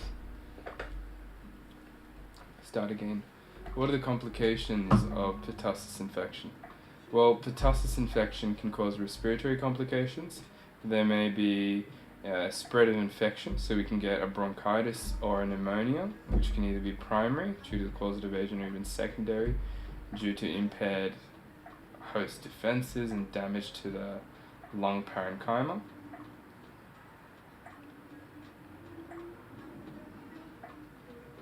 We can also get other conditions such as bronchiectasis, atelectasis, pneumothorax occurring with the respiratory system due to the high pressures created on coughing.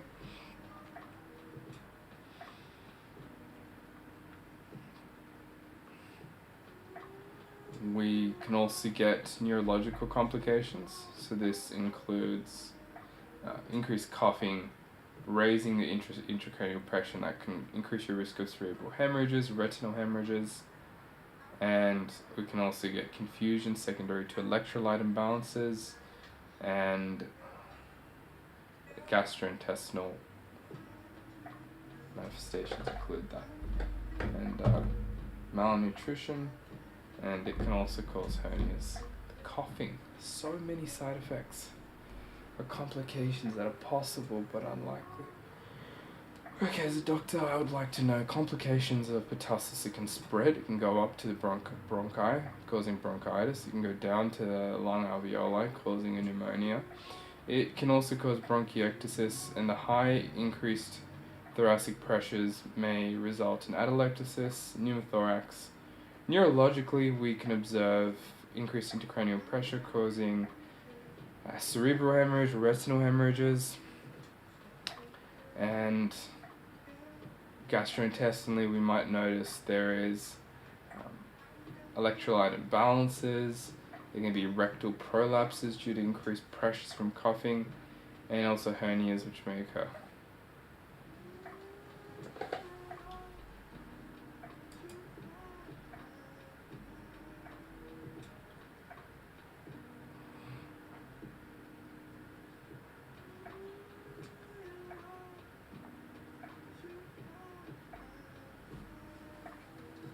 Holy shit.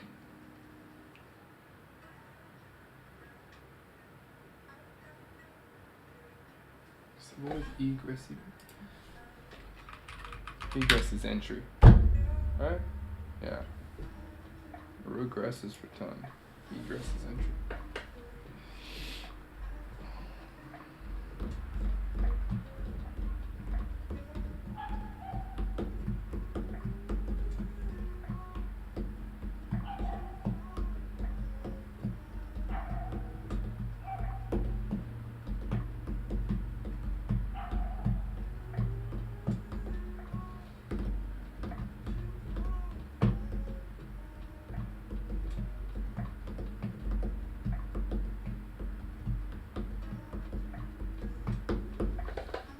Hemagglutinin, pertactin, and agglutinin. Hemagglutinin, agglutinin, and pertactin, hemagglutinin, and agglutinin will anchor the bacterium to the epithelium. Okay, how am I going to remember this? Hemagglutinin, agglutination, agglutinin, and pertactin. Just got to say it enough. Pertactin, hemagglutinin, agglutinin will bind the bacterium to the respiratory epithelium, and there's tracheal cytotoxins which will paralyze the cilia, decrease clearance, and that causes a violent cough as a primary response to clear the airways. Right. And then there's also pertussis toxin, which G protein adenylate cyclase.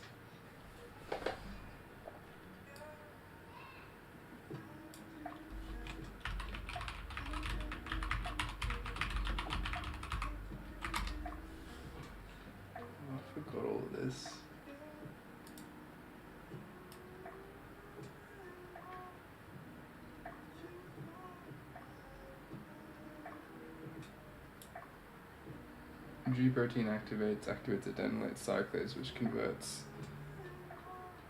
ATP to cyclic AMP, and that begins a signaling cascade. So G proteins activate adenylate cyclase will convert ATP to cyclic AMP. Okay, disables G proteins. It disables G inhibitory proteins. Inhibitory G proteins get overactivation of adenylate cyclase, and this causes an increase in T cell replication. This binds to T cells, inhibits the chemotaxis, preventing migration into tissues, and blood vessels sensitized. Holy crap. Vaccinations, DPT, 2, 4, 6 months. There is a booster at 18, 4, and then 11 to 13. So high school. An adult booster is given if contact to a newborn child. And do a booster to women at 28 weeks. So how am I going to answer this? What is the pathogenesis of whooping cough? I would say, well, the bacterium uses adhesive proteins, including agglutinin and hemagglutinin and pertactin, to bind to the respiratory epithelium. And we also result in tracheal cytotoxins. So there's 3 proteins I need to talk about. There's your adhesive proteins, your cytotoxins, which will paralyze your cilia, and then you will have your final set of toxins, which is your pertussis toxin. So to start us off, your agglutinin, hemagglutinin, and pertactin. Let me highlight this and see if I can explain it. So the 3 classes of proteins include adhesive proteins, tracheal cytotoxins, and pertussis toxin itself. So adhesive proteins include agglutinin, hemagglutinin, and pertactin. They'll bind to the respiratory epithelium and enable adhesion of the bacterium to the trachea.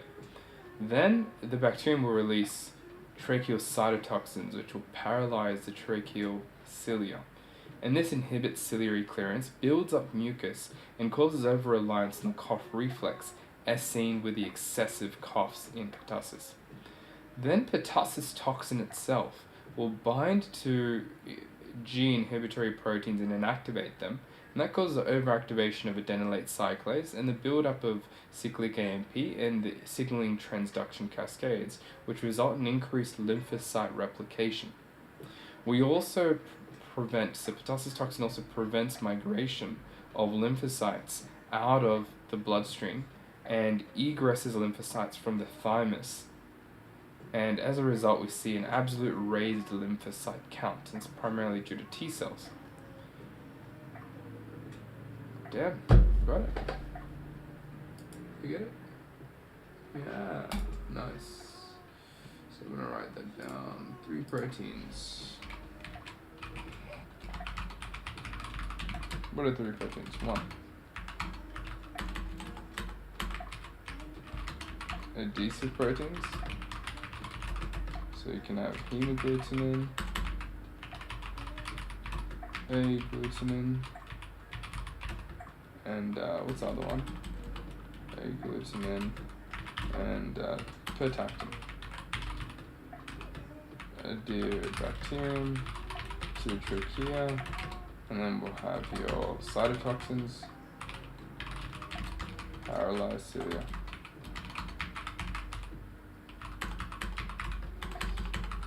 Cilia, and this results in over-reliance on cough response. And then finally, you'll have your pertussis toxin, which prevents white blood cell migration out of tissue.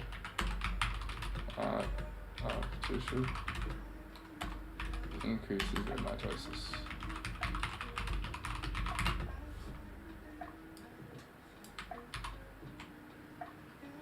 What are the complications of whooping cough? We've already gone through this. Well, whooping cough can cause local... So I'd like to break this down by system. So according to the respiratory system, we can get increased spread of Bordetella pertussis, and that causes bronchitis or pneumonia, which can be primary or secondary. We can also get complications due to increased thoracic pressures generated, including pneumothorax, atelectasis, and then neurological complications. Increased intracranial pressure from coughing can cause cerebral punctate hemorrhages. It's a punctate hemorrhage. Punctate means small, right? Yeah, it can cause cerebral hemorrhage. Tiny hole. It can cause cerebral hemorrhages, retinal hemorrhages, and then GI system. It can cause electrolyte abnormalities due to malnutrition.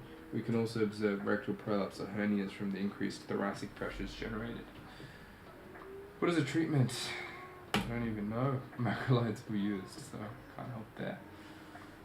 Hospital admission if they're less than 3 months old, and if they're having difficulty breathing. Give O2 therapy and fluids, and give a Zithro.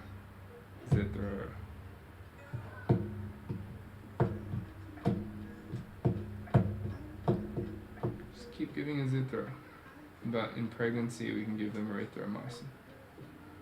So azithromycin. If macrolides don't work, what else do we use? I have no clue. ETG for this. Trimethoprim, second line.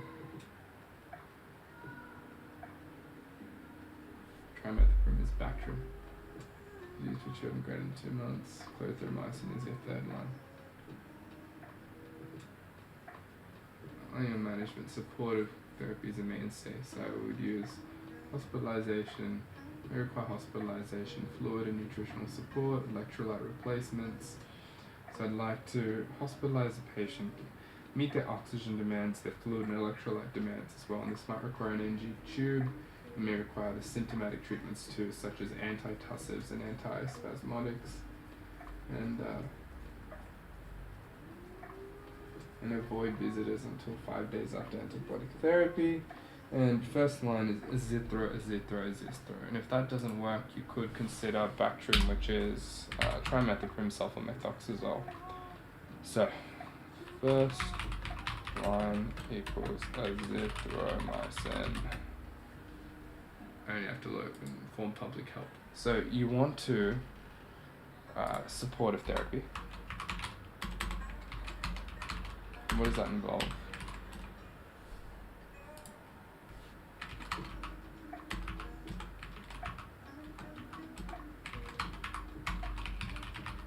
Therapy, we replace fluids, electrolytes, nutrition, and symptoms, antispasmodics, antitussives. See what it says here.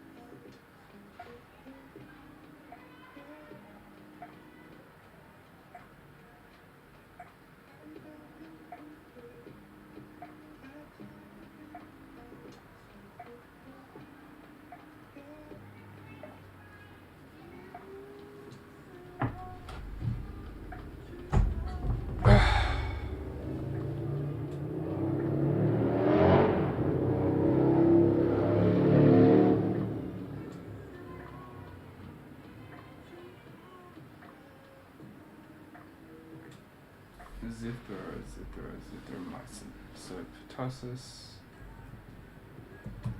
Let's go. Oh, come on, man. Respiratory alkalosis, pertussis.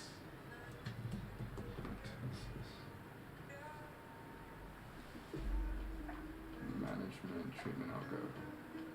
Zithro, macrolides, or trimethoprim, to greater than 2 months. In pregnant women, erythromycin. First line is Zithro, and if we have second line, if they're greater than 2 months, we can use Bactrim. That's trimethoprim. And then sulfamethoxazole. So that's the treatment of whooping cough. First line is azithromycin and then sulfamethoxazole. So your macrolides, and this follows a general trend of pneumonia as well. That makes sense because your atypicals and gram-negatives can be targeted. Now I understand with your macrolides. This is from case examples. And then if you have pregnant women, we prefer giving them erythromycin.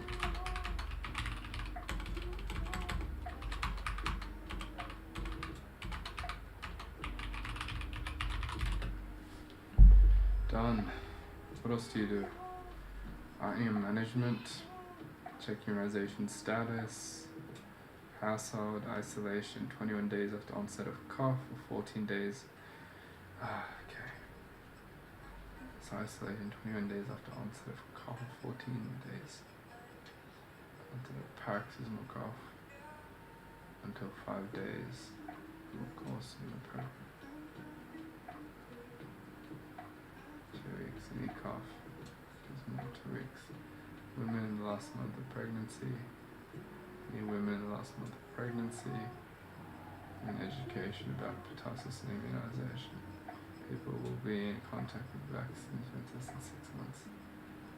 What do workers? Very good question, right? So how would you follow up with this patient?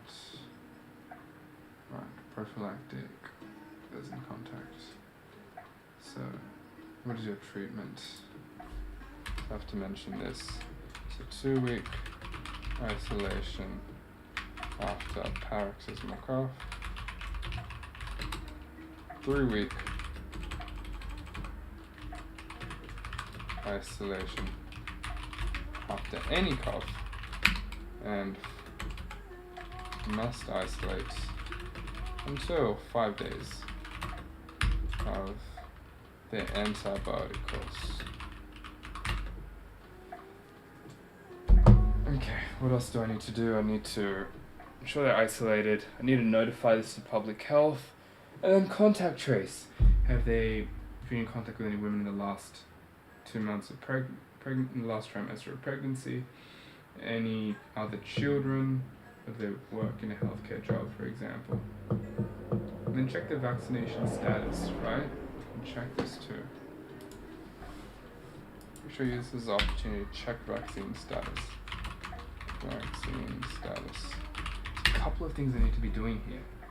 I need to report to public health, look for sick contacts, check their immunization status, educate them, treat them, and it'll be your azithromycin as the treatment. And contacts, people less than 2 years old, check the immunization status. Children in the same household. Women in the last month of pregnancy. People that will be in contact with infants that are less than 6 months. Yeah. And answer their questions about pertussis. How do you follow this patient up? They'll isolate until they're non-infectious to complete their full prescribed dose. Prophylactic, they're good for high-risk patients. It's regardless of vaccine status, children under 2 years, and household members of children if 6 months and or unvaccinated. Any women in the last month, people in contact with infants. Prophylactic antibiotics are given to anyone in direct contact with infants. anyone in direct contact, so household members, women, regardless of vaccination status. During outbreak, all contents need to be checked and updated with vaccinations. It's a very good question.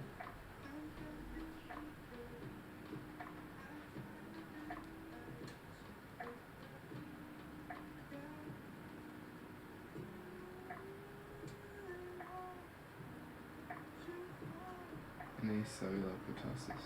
Protection may not prevent milder forms of disease. Booster at 18 months, 4 years, 10 to 15 years. Vaccine does not confer complete protection. It minimizes the risk of spread and minimizes symptoms. What is the mechanism of antibiotics? Bind to the 50th ribosomal subunit, block translation and synthesis. They cover gram-positive and negative. They cover your atypicals, gram-positive, negative, cocci, and then anaerobes. Why do I care about anaerobes and aerobes? Like, the shape makes sense, but then you start adding that as well. Then if it's anaerobes, then it's too many overlaps. And then folic acid inhibitors such as trimethoprim. So it inhibits dihydrofolate reductase, which blocks folate synthesis, mercurocase. And sulfamethoxazole inhibits dihydrooctanoate synthetase, so that blocks folate synthesis at a different stage and disrupts synthesis. Dihydrooctanoate synthetase and dihydrofolate reductase. Dihydrooctanoate synthetase and dihydrofolate reductase, they work synergistically. And it's bactericidal for positives and negatives. Macrolides. Oh. Motility, arrhythmias, cholestatic hepatitis, rash, and eosinophilia. And Bactrim is bowel problems and cause infantile kernicterus. Holy shit.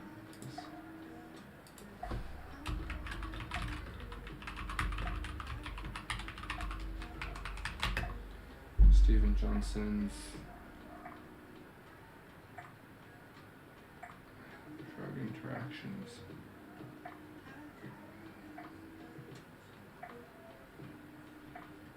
Cause hemolysis of patients with G6PD deficiency.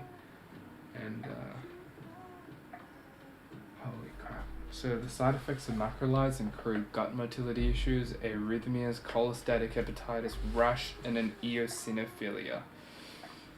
And for your Bactrim, we can get kernicterus, Stevens-Johnson syndrome, and it can exacerbate G6PD. Whew. Side effects of macrolides. So you would give prophylactic antibiotics to anyone in close contact with that child. So parents in the family, childcare workers, and children. Make sure they're vaccinated. And I'm done that case. That was a bit hard. Go back to antibiotics and those in contact.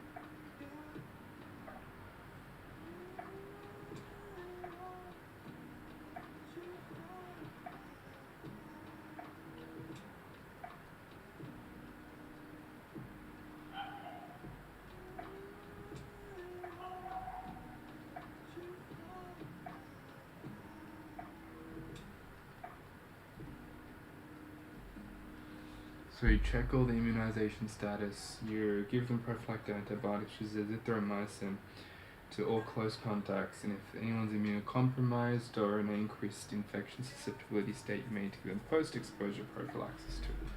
So 80% of individuals can develop pertussis, so it's very contagious. Oh, jeez. Makes sense. I need to answer this.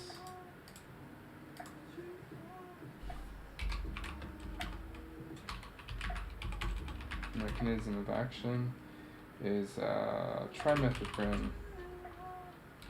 So prim is a dihydrofolate reductase inhibitor, which blocks folic acid synthesis, and sulfamethoxazole competes with dihydroxyurate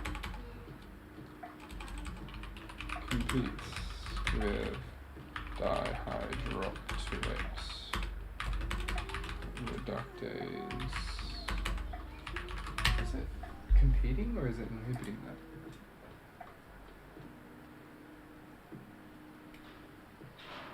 Yeah, synthetase, not reductase. Dihydrofolate competes. We say inhibits dihydroxyurate synthetase.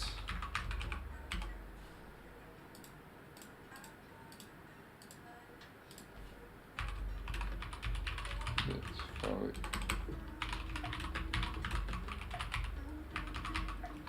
Side effects: Kernicterus, Stevens-Johnson syndrome, nephrotoxicity, there's hyperkalemia, and it can exacerbate G6PD.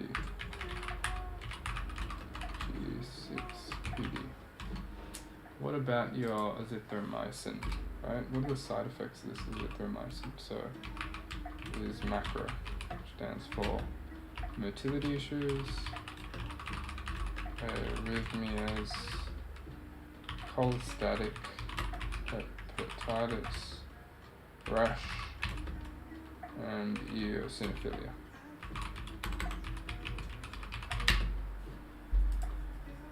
Done. Alright. Long abscess, finished all the diagnostic cases for RASP. Now what about your ANAT? Is there any other ANAT to do?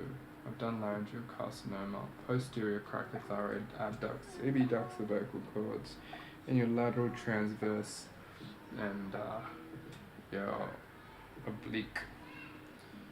Your oblique and transverse arytenoids in your lateral cricothyroid all adduct, bringing the arytenoids closer together.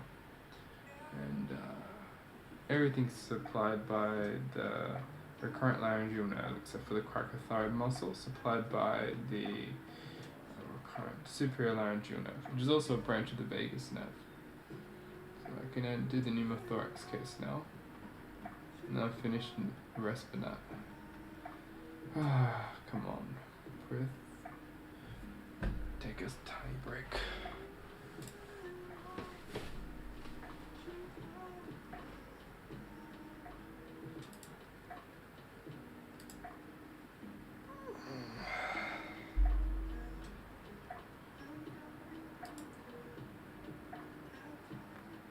Minutes has it been?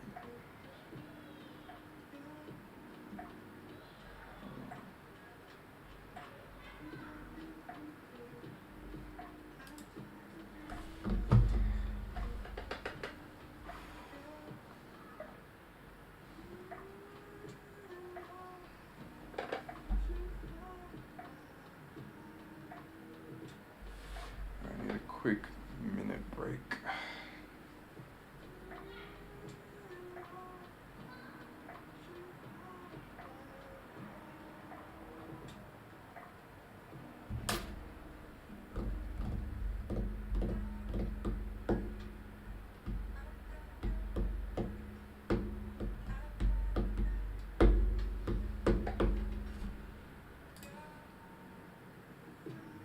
Oh, I've done like a 3-hour sesh. Pretty good. Pretty good. Right.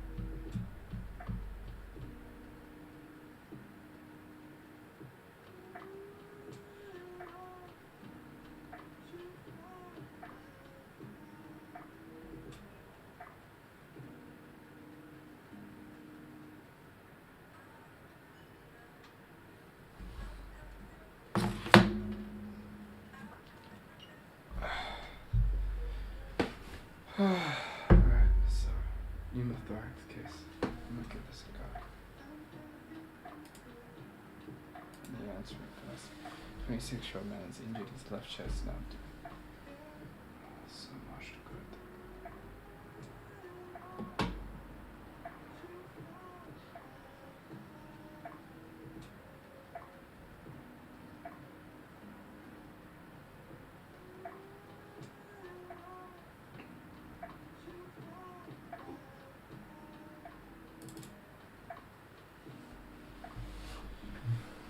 How long do we have?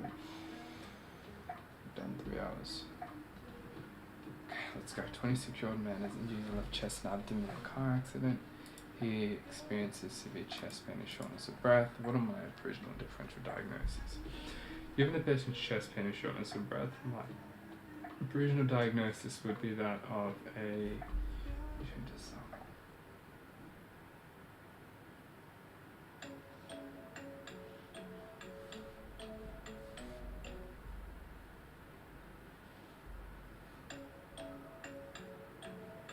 Okay, my provisional diagnosis, given the patient's dyspnea and chest pain, is that of a pneumothorax, likely a tension pneumothorax,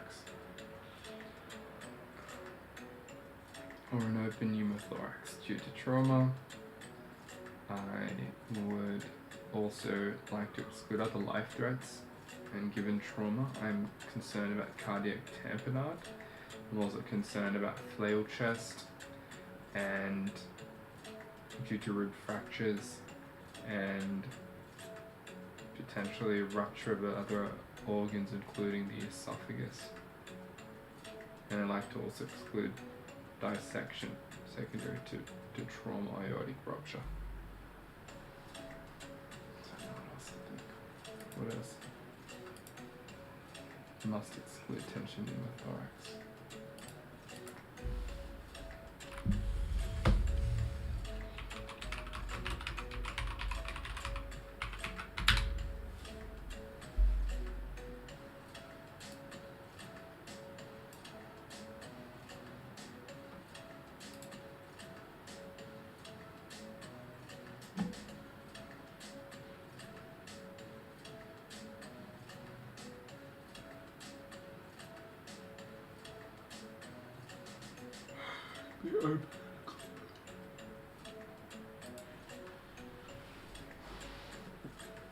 Differential diagnoses. Lung contusion. Pneumothorax. Pulmonary embolus. What else could it be? Cardiac tamponade. We said dissection, and I completely forgot MI. This is dropping things given that this is a trauma incident. Can't do that. Trauma. What else am I concerned about? Esophageal rupture. Pancreatitis due to trauma.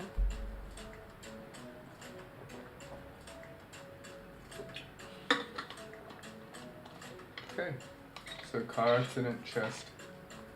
Someone's inside the road. What I would be concerned about is if he has chest pain, an open pneumothorax or closed pneumothorax with tension.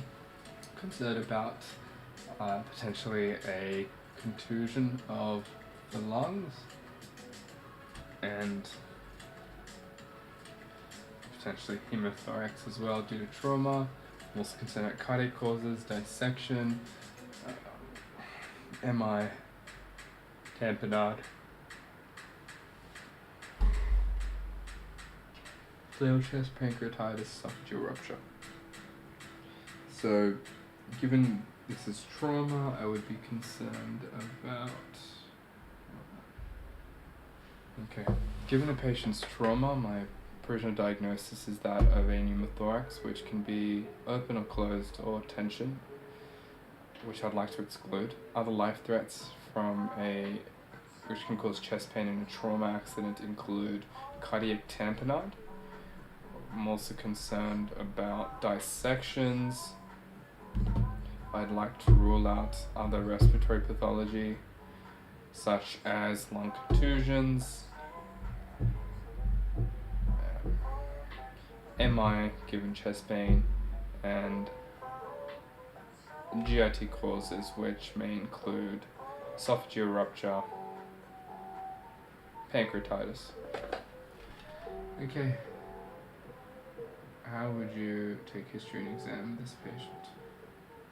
If you can talk to me, I'd do a full primary survey, airway obstruction, C-spine, a respirate, O2, resp exam, heart rate, blood pressure, cap refill, heart rate, blood pressure, ECG, IV cannulas, GCS, glucose, pupils, GCS, the disability, pupils, GCS, blood glucose, exposure, and then fluid status as well.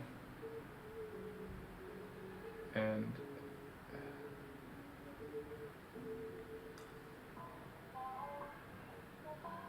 respiratory tracheal deviation, hyperresonance, reduced breath sounds, and tension pneumothorax. There'll also be evidence of shock, so we may observe hypotension, distended neck veins, raised JVP, cyanosis, and reactive tachycardia. Investigations went over chest X-ray. Large. ECG, fast ultrasound to look for any free fluid in the pericardial, perihepatic. Do an AVG, look for evidence of respiratory pathology. EUCs to assess kidney function, amylase.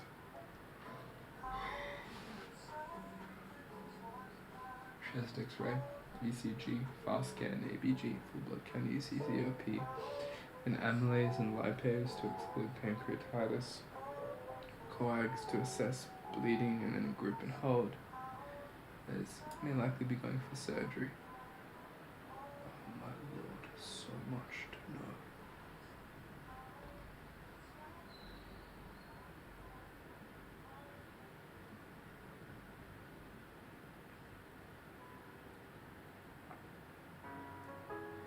So trachea, C-shaped rings anteriorly, trachealis muscle posteriorly, and it bifurcates at T4. Your right and left main bronchus. Your right bronchus is steeper, your left bronchus. Your main bronchus is into lobar segmental, your main lobar segmental bronchi, and then they go down into your bronchioles. So there's conducting bronchioles, terminal bronchioles, respiratory bronchioles, and alveolar. So the pathway of the respiratory tree is your... When does your trachea start? C6, right?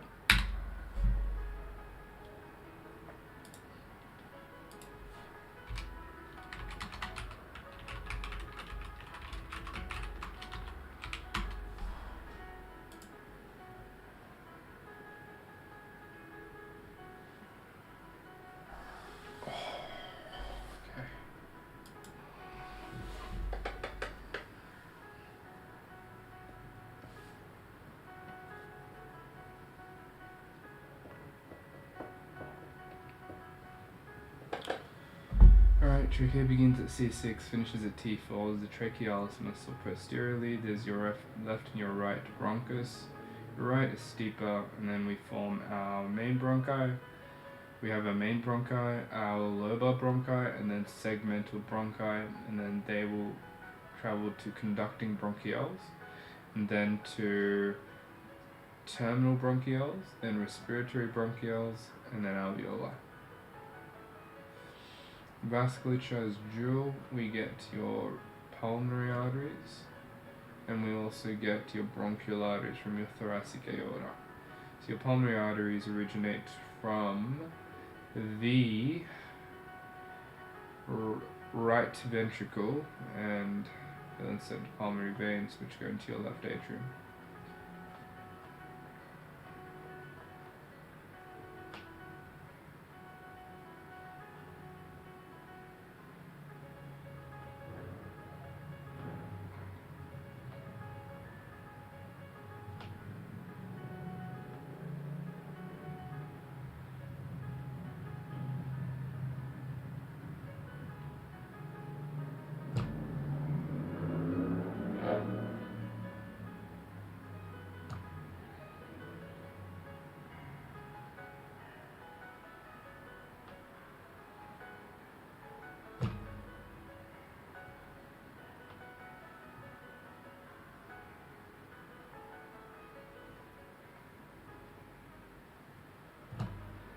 tributary of your life. Venus is via the pulmonary veins.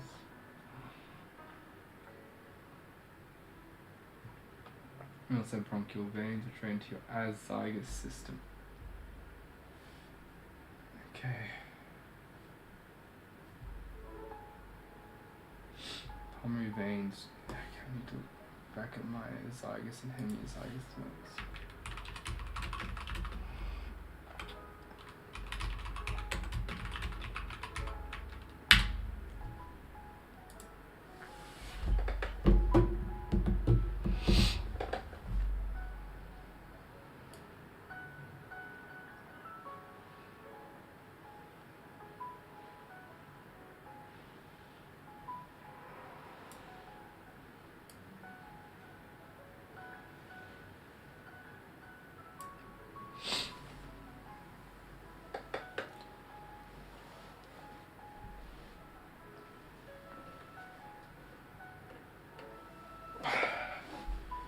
Okay.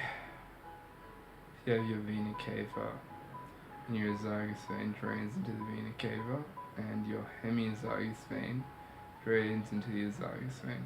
That makes sense. The vena cava are on the right side of the body, so your azygous system is the dominant right, and your left side is your hemiazygous, and that drains into the azygous system.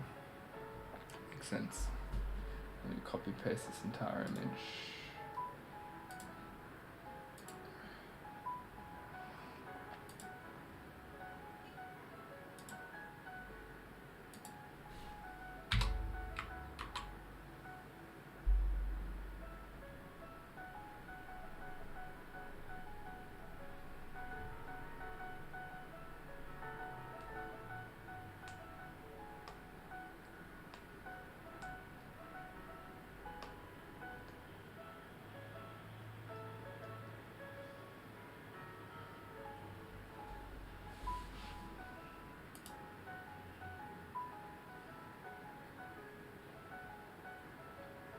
Bronchial veins drain into your azygous, and your left bronchial, yes, into the hemiazygous.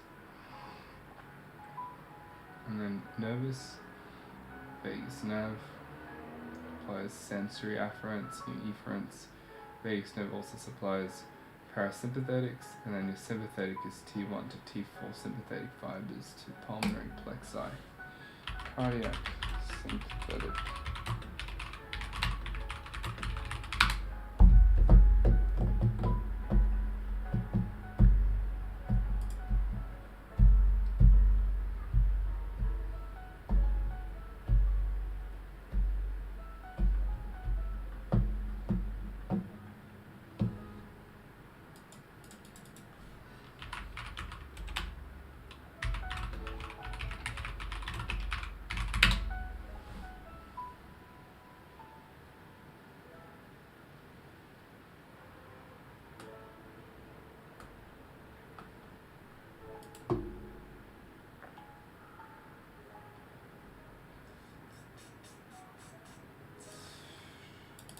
What is this? I just want to know what cardiac plexus is. But anyway, T1 to T4. I don't remember this. Tricky ends at T4. So starts at C6, ends at T4.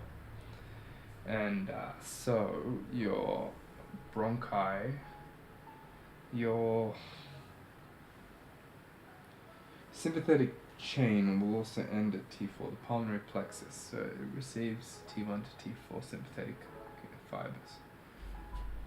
So sympathetic ganglia, and they originate from T1 to T4, and the vagus nerve is parasympathetic.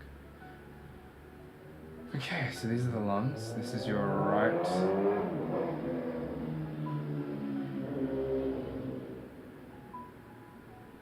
Anyway, we have 3 lobes in your right lung. You can see the upper lobe, the middle lobe, and the inferior lobe. Upper, middle, lower lobe, upper, middle, lower lobe, which is more posteriorly, as you can see here.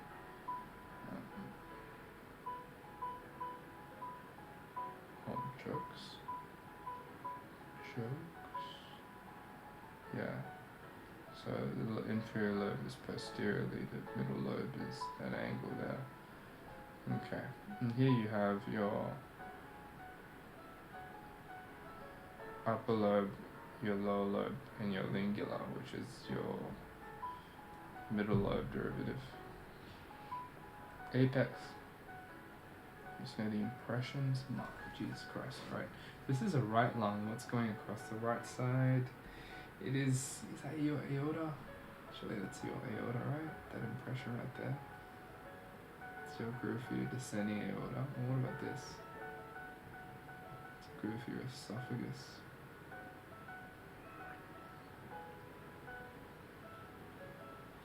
Groove for the esophagus, which is on the right side, so that's why it's right. And your left lung.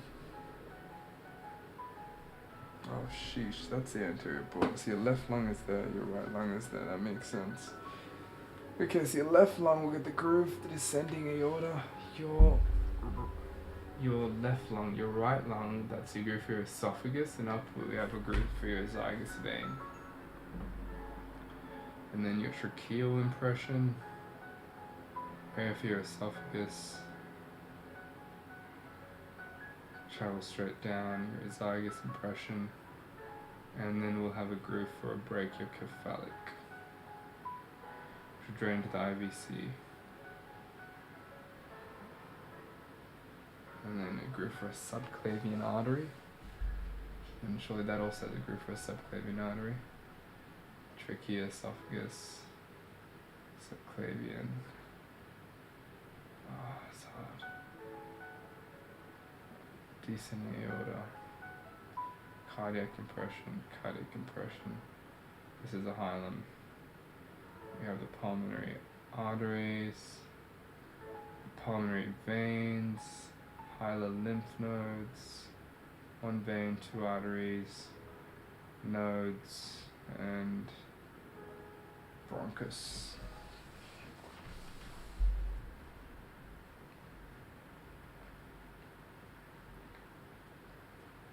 The first rib is most anteriorly. Same thing here. And then we'll have groove for your brachiocephalic.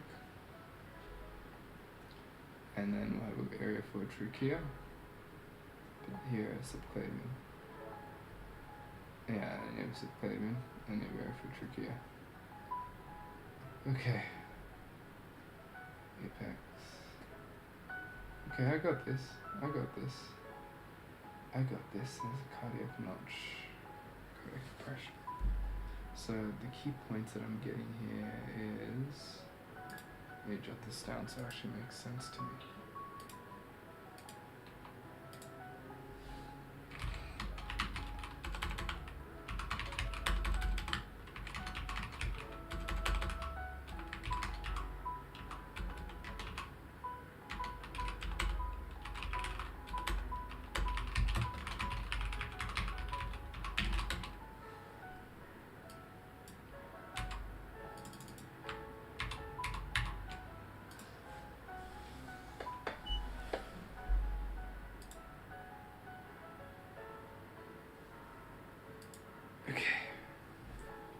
Superior impressions going anterior to posterior. It's going to be anteriorly we have our, holy shit, what do we have anteriorly? First rib, right? So your first rib, and then you're gonna have your brachiocephalic, and then you're gonna have your subclavian, and then you're gonna have your, that's it, right? Surely. Brachiocephalic, subclavian.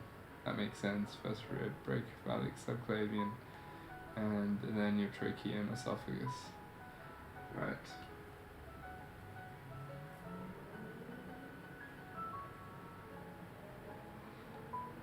Horizontal fissure, oblique fissure. So you have a horizontal fissure and oblique fissure, and that's your pulmonary ligament. Your pulmonary ligament. So your hilum, your pulmonary ligament, your oblique fissure, horizontal. Right, which one is more oblique there? That's it. And then you just have an oblique fissure. Okay. Holy shit. Subclavian, and then trachea, and then right lung.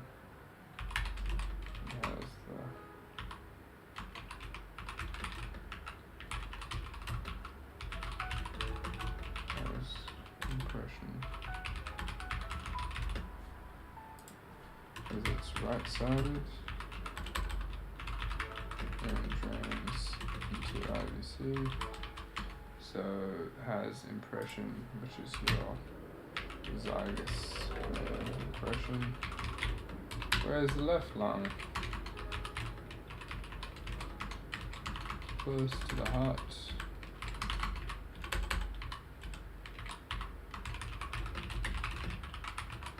So it has a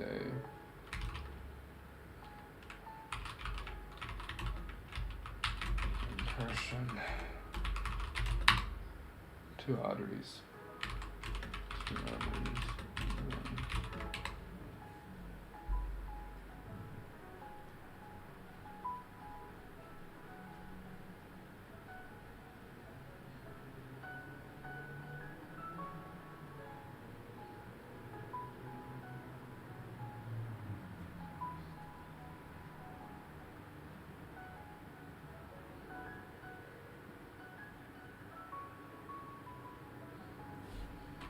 Both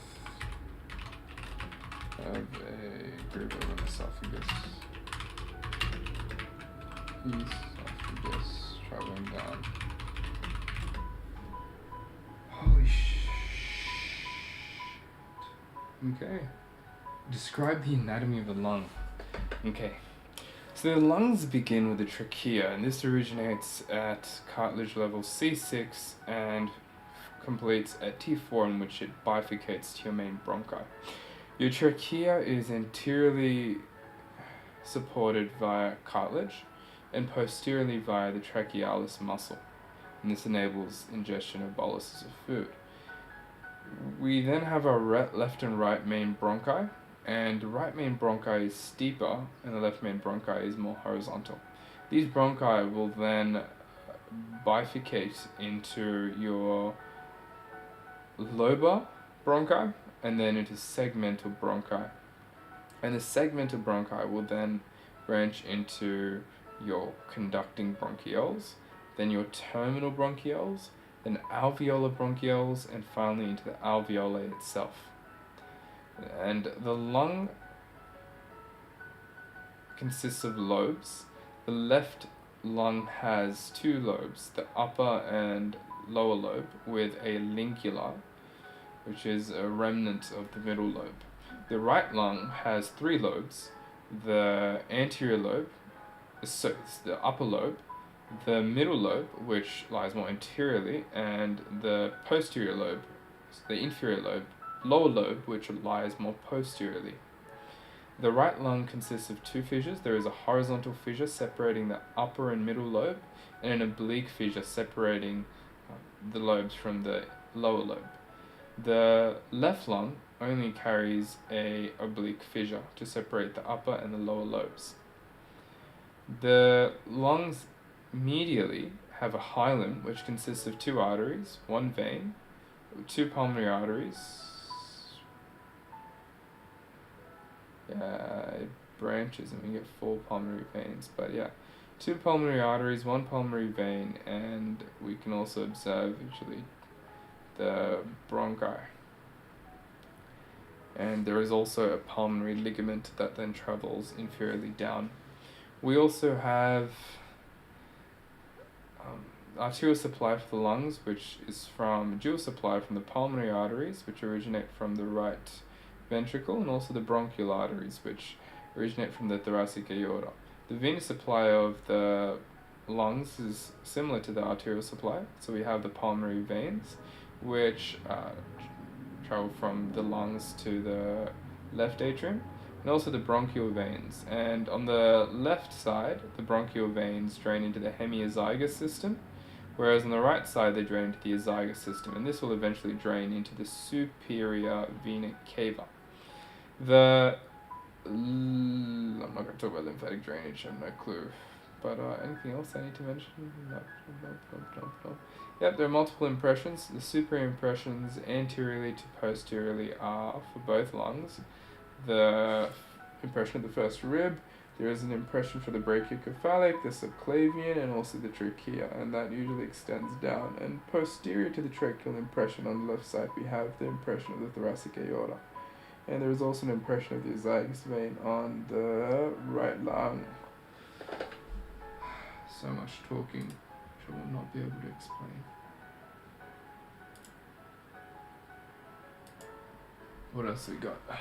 What's a lymphatic drainage? Am I meant to memorize this? Pulmonary nodes, and that drains into bronchopulmonary nodes, and then superior tracheobronchial nodes. So there's pulmonary nodes, and then bronchopulmonary nodes, and then tracheobronchial nodes, and then paratracheal nodes, and then to your mediastinal lymph nodes. And this will all drain. Mediastinal nodes should drain into the right lymphatic or your thoracic duct. The right lymphatic or your thoracic duct. Lymphatic drainage of the body.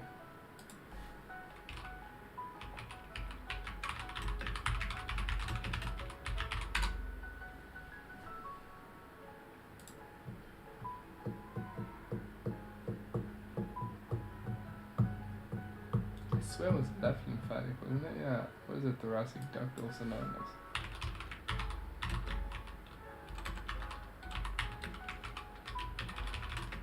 I swear it's left, right? Isn't it? Yeah. Left lymphatic duct. Right lymphatic duct is different. Ah, so that's the two different ducts, yeah. What are we looking at here? Let's see, let's try this together. This is a transverse axial cut of a CT abdomen. This is an axial section of CT abdomen with no contrast. We can see the aorta. This would be the cava, I'm guessing. No, this is the aorta. That is the thymus? What is that? Number one. What are we even looking at? Sternum. Dumbass. 2. Your brachiocephalic trunk vein.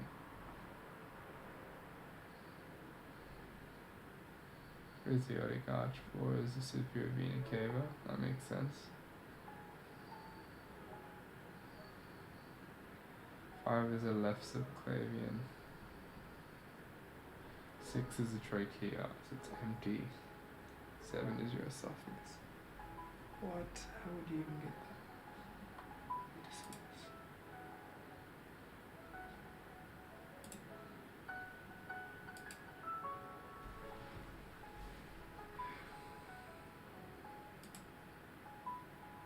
Ascending aorta is 2. No, what? Ascending aorta, descending aorta is 9. Yep. What's 7 then?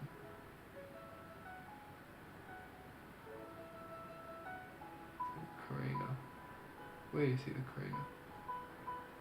Carina is 5. We see the carina, so it's T4. So we're seeing the ascending aorta, descending aorta, and this is your 7, which was your aortic arch, ascending aorta, aortic arch, descending aorta. So it has to be the IVC. What's this? A is your arch of the aorta. E is your IVC, right? BE. Superior vena cava. What am I saying? And C is your trachea. That means B is your esophagus, which is posteriorly. And D is your azygos vein. D is your azygos, and that travels right on the right of the trachea. I would be your azygos.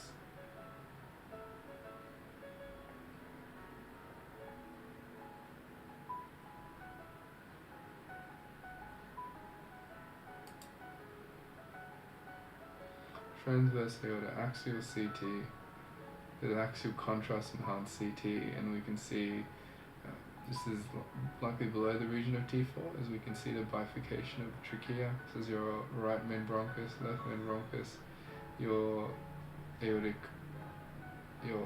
arch. That'd be your ascending aorta, I believe, and that should be your superior vena cava. Number A. D should be a descending aorta. E should be a descending aorta. D, I'm guessing, is going to be your subclavian, pulmonary artery. D is just your pulmonary trunk. And what's ascending. And so would that make that your pulmonary trunk? Your aorta wraps around the pulmonary trunk. Okay. That would be a left pulmonary artery. And then F would be your esophagus, which would be around there, posteriorly. So esophagus travels posterior to the trachea, and then it goes slightly lateral to the right. No clue. Let's see. 2 is your body of your vertebra. 2 is your sternum. 15 is ventricle. Mediastinal fat. 7. It's your pulmonary trunk, right? Nice. Pulmonary artery. Left and right. So 9 would be your left. Right would be aorta. 4 would be aorta then, right? Ascending aorta. Descending aorta. 6 would then be your IVC. SVC. Yeah.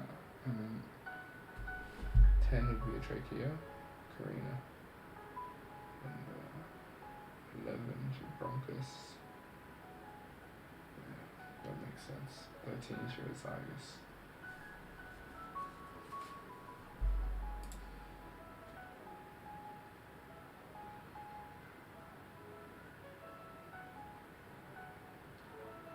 Subcutaneous emphysema.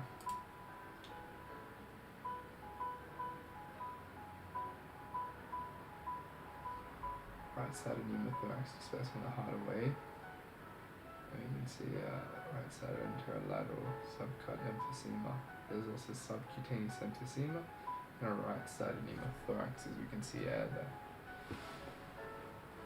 How would you to manage a pneumothorax? You would do a primary assessment and then you would decompress the pneumothorax. As a tension pneumothorax can cause obstructive shock, you'll need to do needle decompression. So you insert a large gauge cannula into the triangle of safety, which is between the pectoralis major, lat, and the midclavicular 9.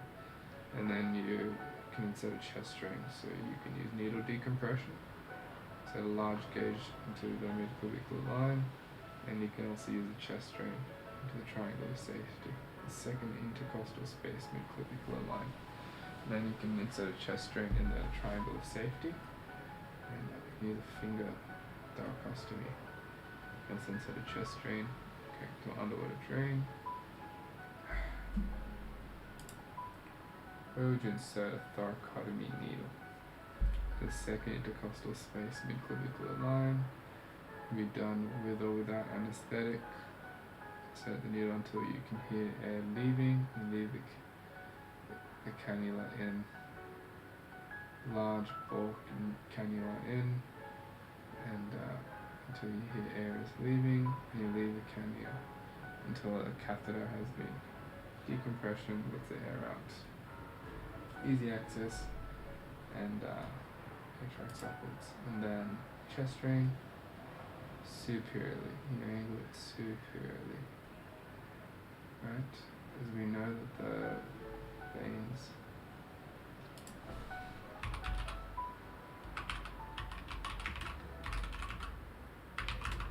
to the rib. Intercostal vessels travel underneath the rib. Right.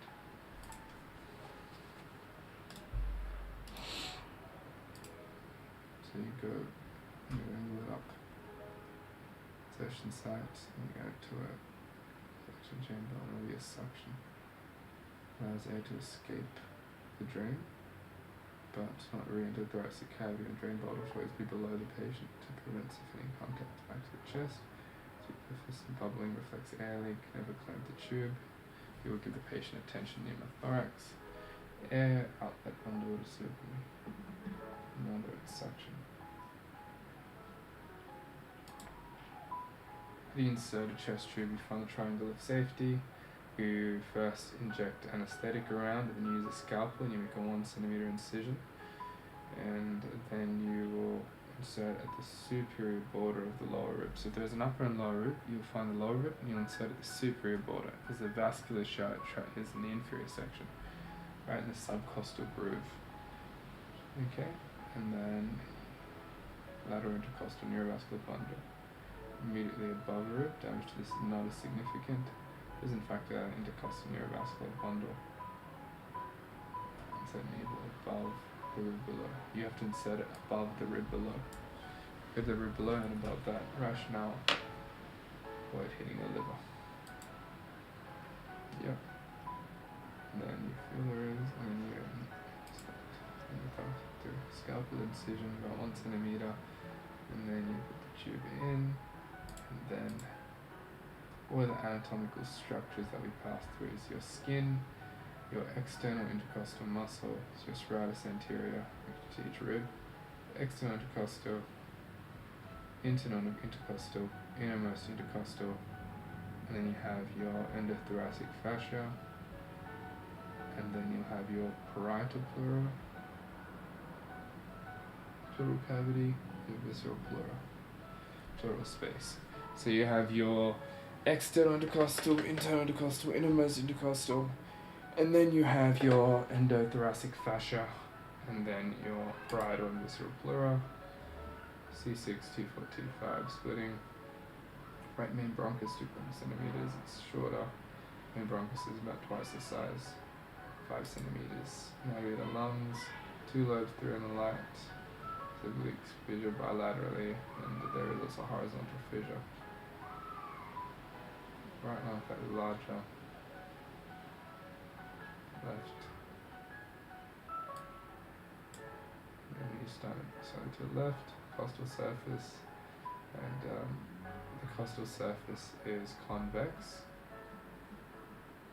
and there is impression of first rib, a big cardiac impression on the left lung, a big, more visceral relations, left visceral relations, pericardial, aortic arch, pulmonary trunk, left subclavian, your thoracic duct, your left lymphatic, right, same thing. Oh my lord.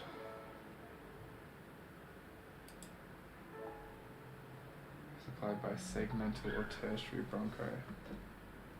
bronchopulmonary segment is an area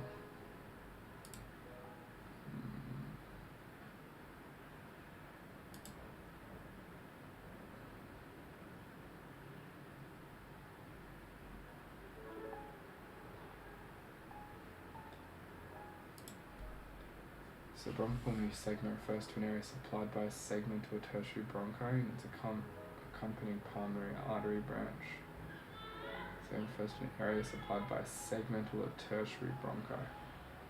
Right, so bronchopulmonary segmental, right? Because it's main, lobar, and then segmental bronchi.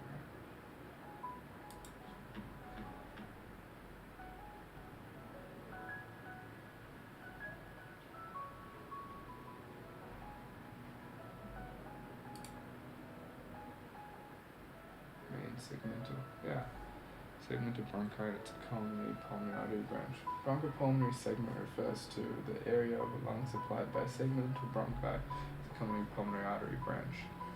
And it's the smallest functionally independent region of the lung, and the smallest area of the lung resectable without affecting significant adjacent regions. The smallest part of the lung which you can actually cut out, right?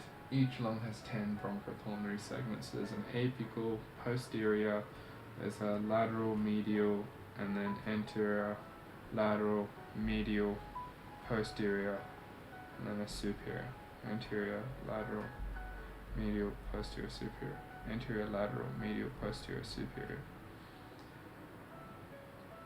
Apical, posterior, inferior.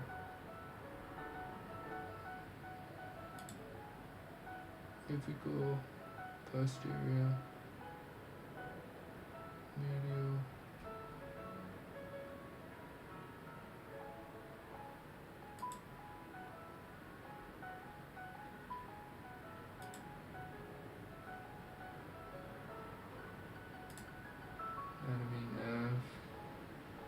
vagus nerve. Synthetics T1 to T4 into the pulmonary plexus. Lymphatic drainage is from pulmonary nodes to go to bronchopulmonary nodes, and then to paratracheal nodes, and then to mediastinal nodes, and then up to the actual thoracic duct or right lymphatic duct. Venous drainage is zygous and hemiazygous. Originates from IVC and ascends to T4, arches over the right main bronchus, and pulmonary hilum, and drains into SVC. IVC to SVC.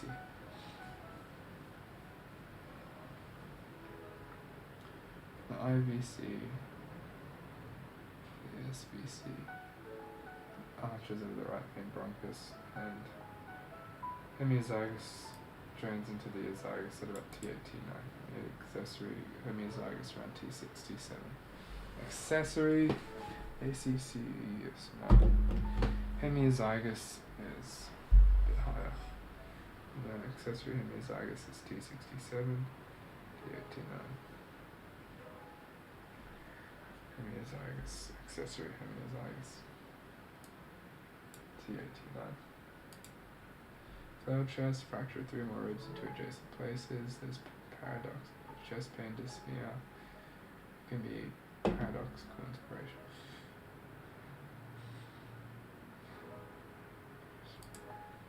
Right. Chest wall expands on inspiration. Increasing lung volume, detached recipients with inwards on inspiration to negative pressure. Right. So if you have a fracture, you inspire, negative pressure pushes or represses in, so you'll see paradoxical movement of the chest wall and inspiration and expiration. Alright, I am done. So that was, how long did I do work for? Almost 4 hours. Not bad.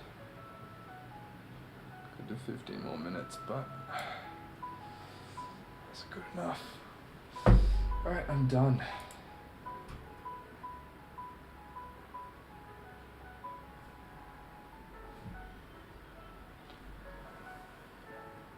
All done.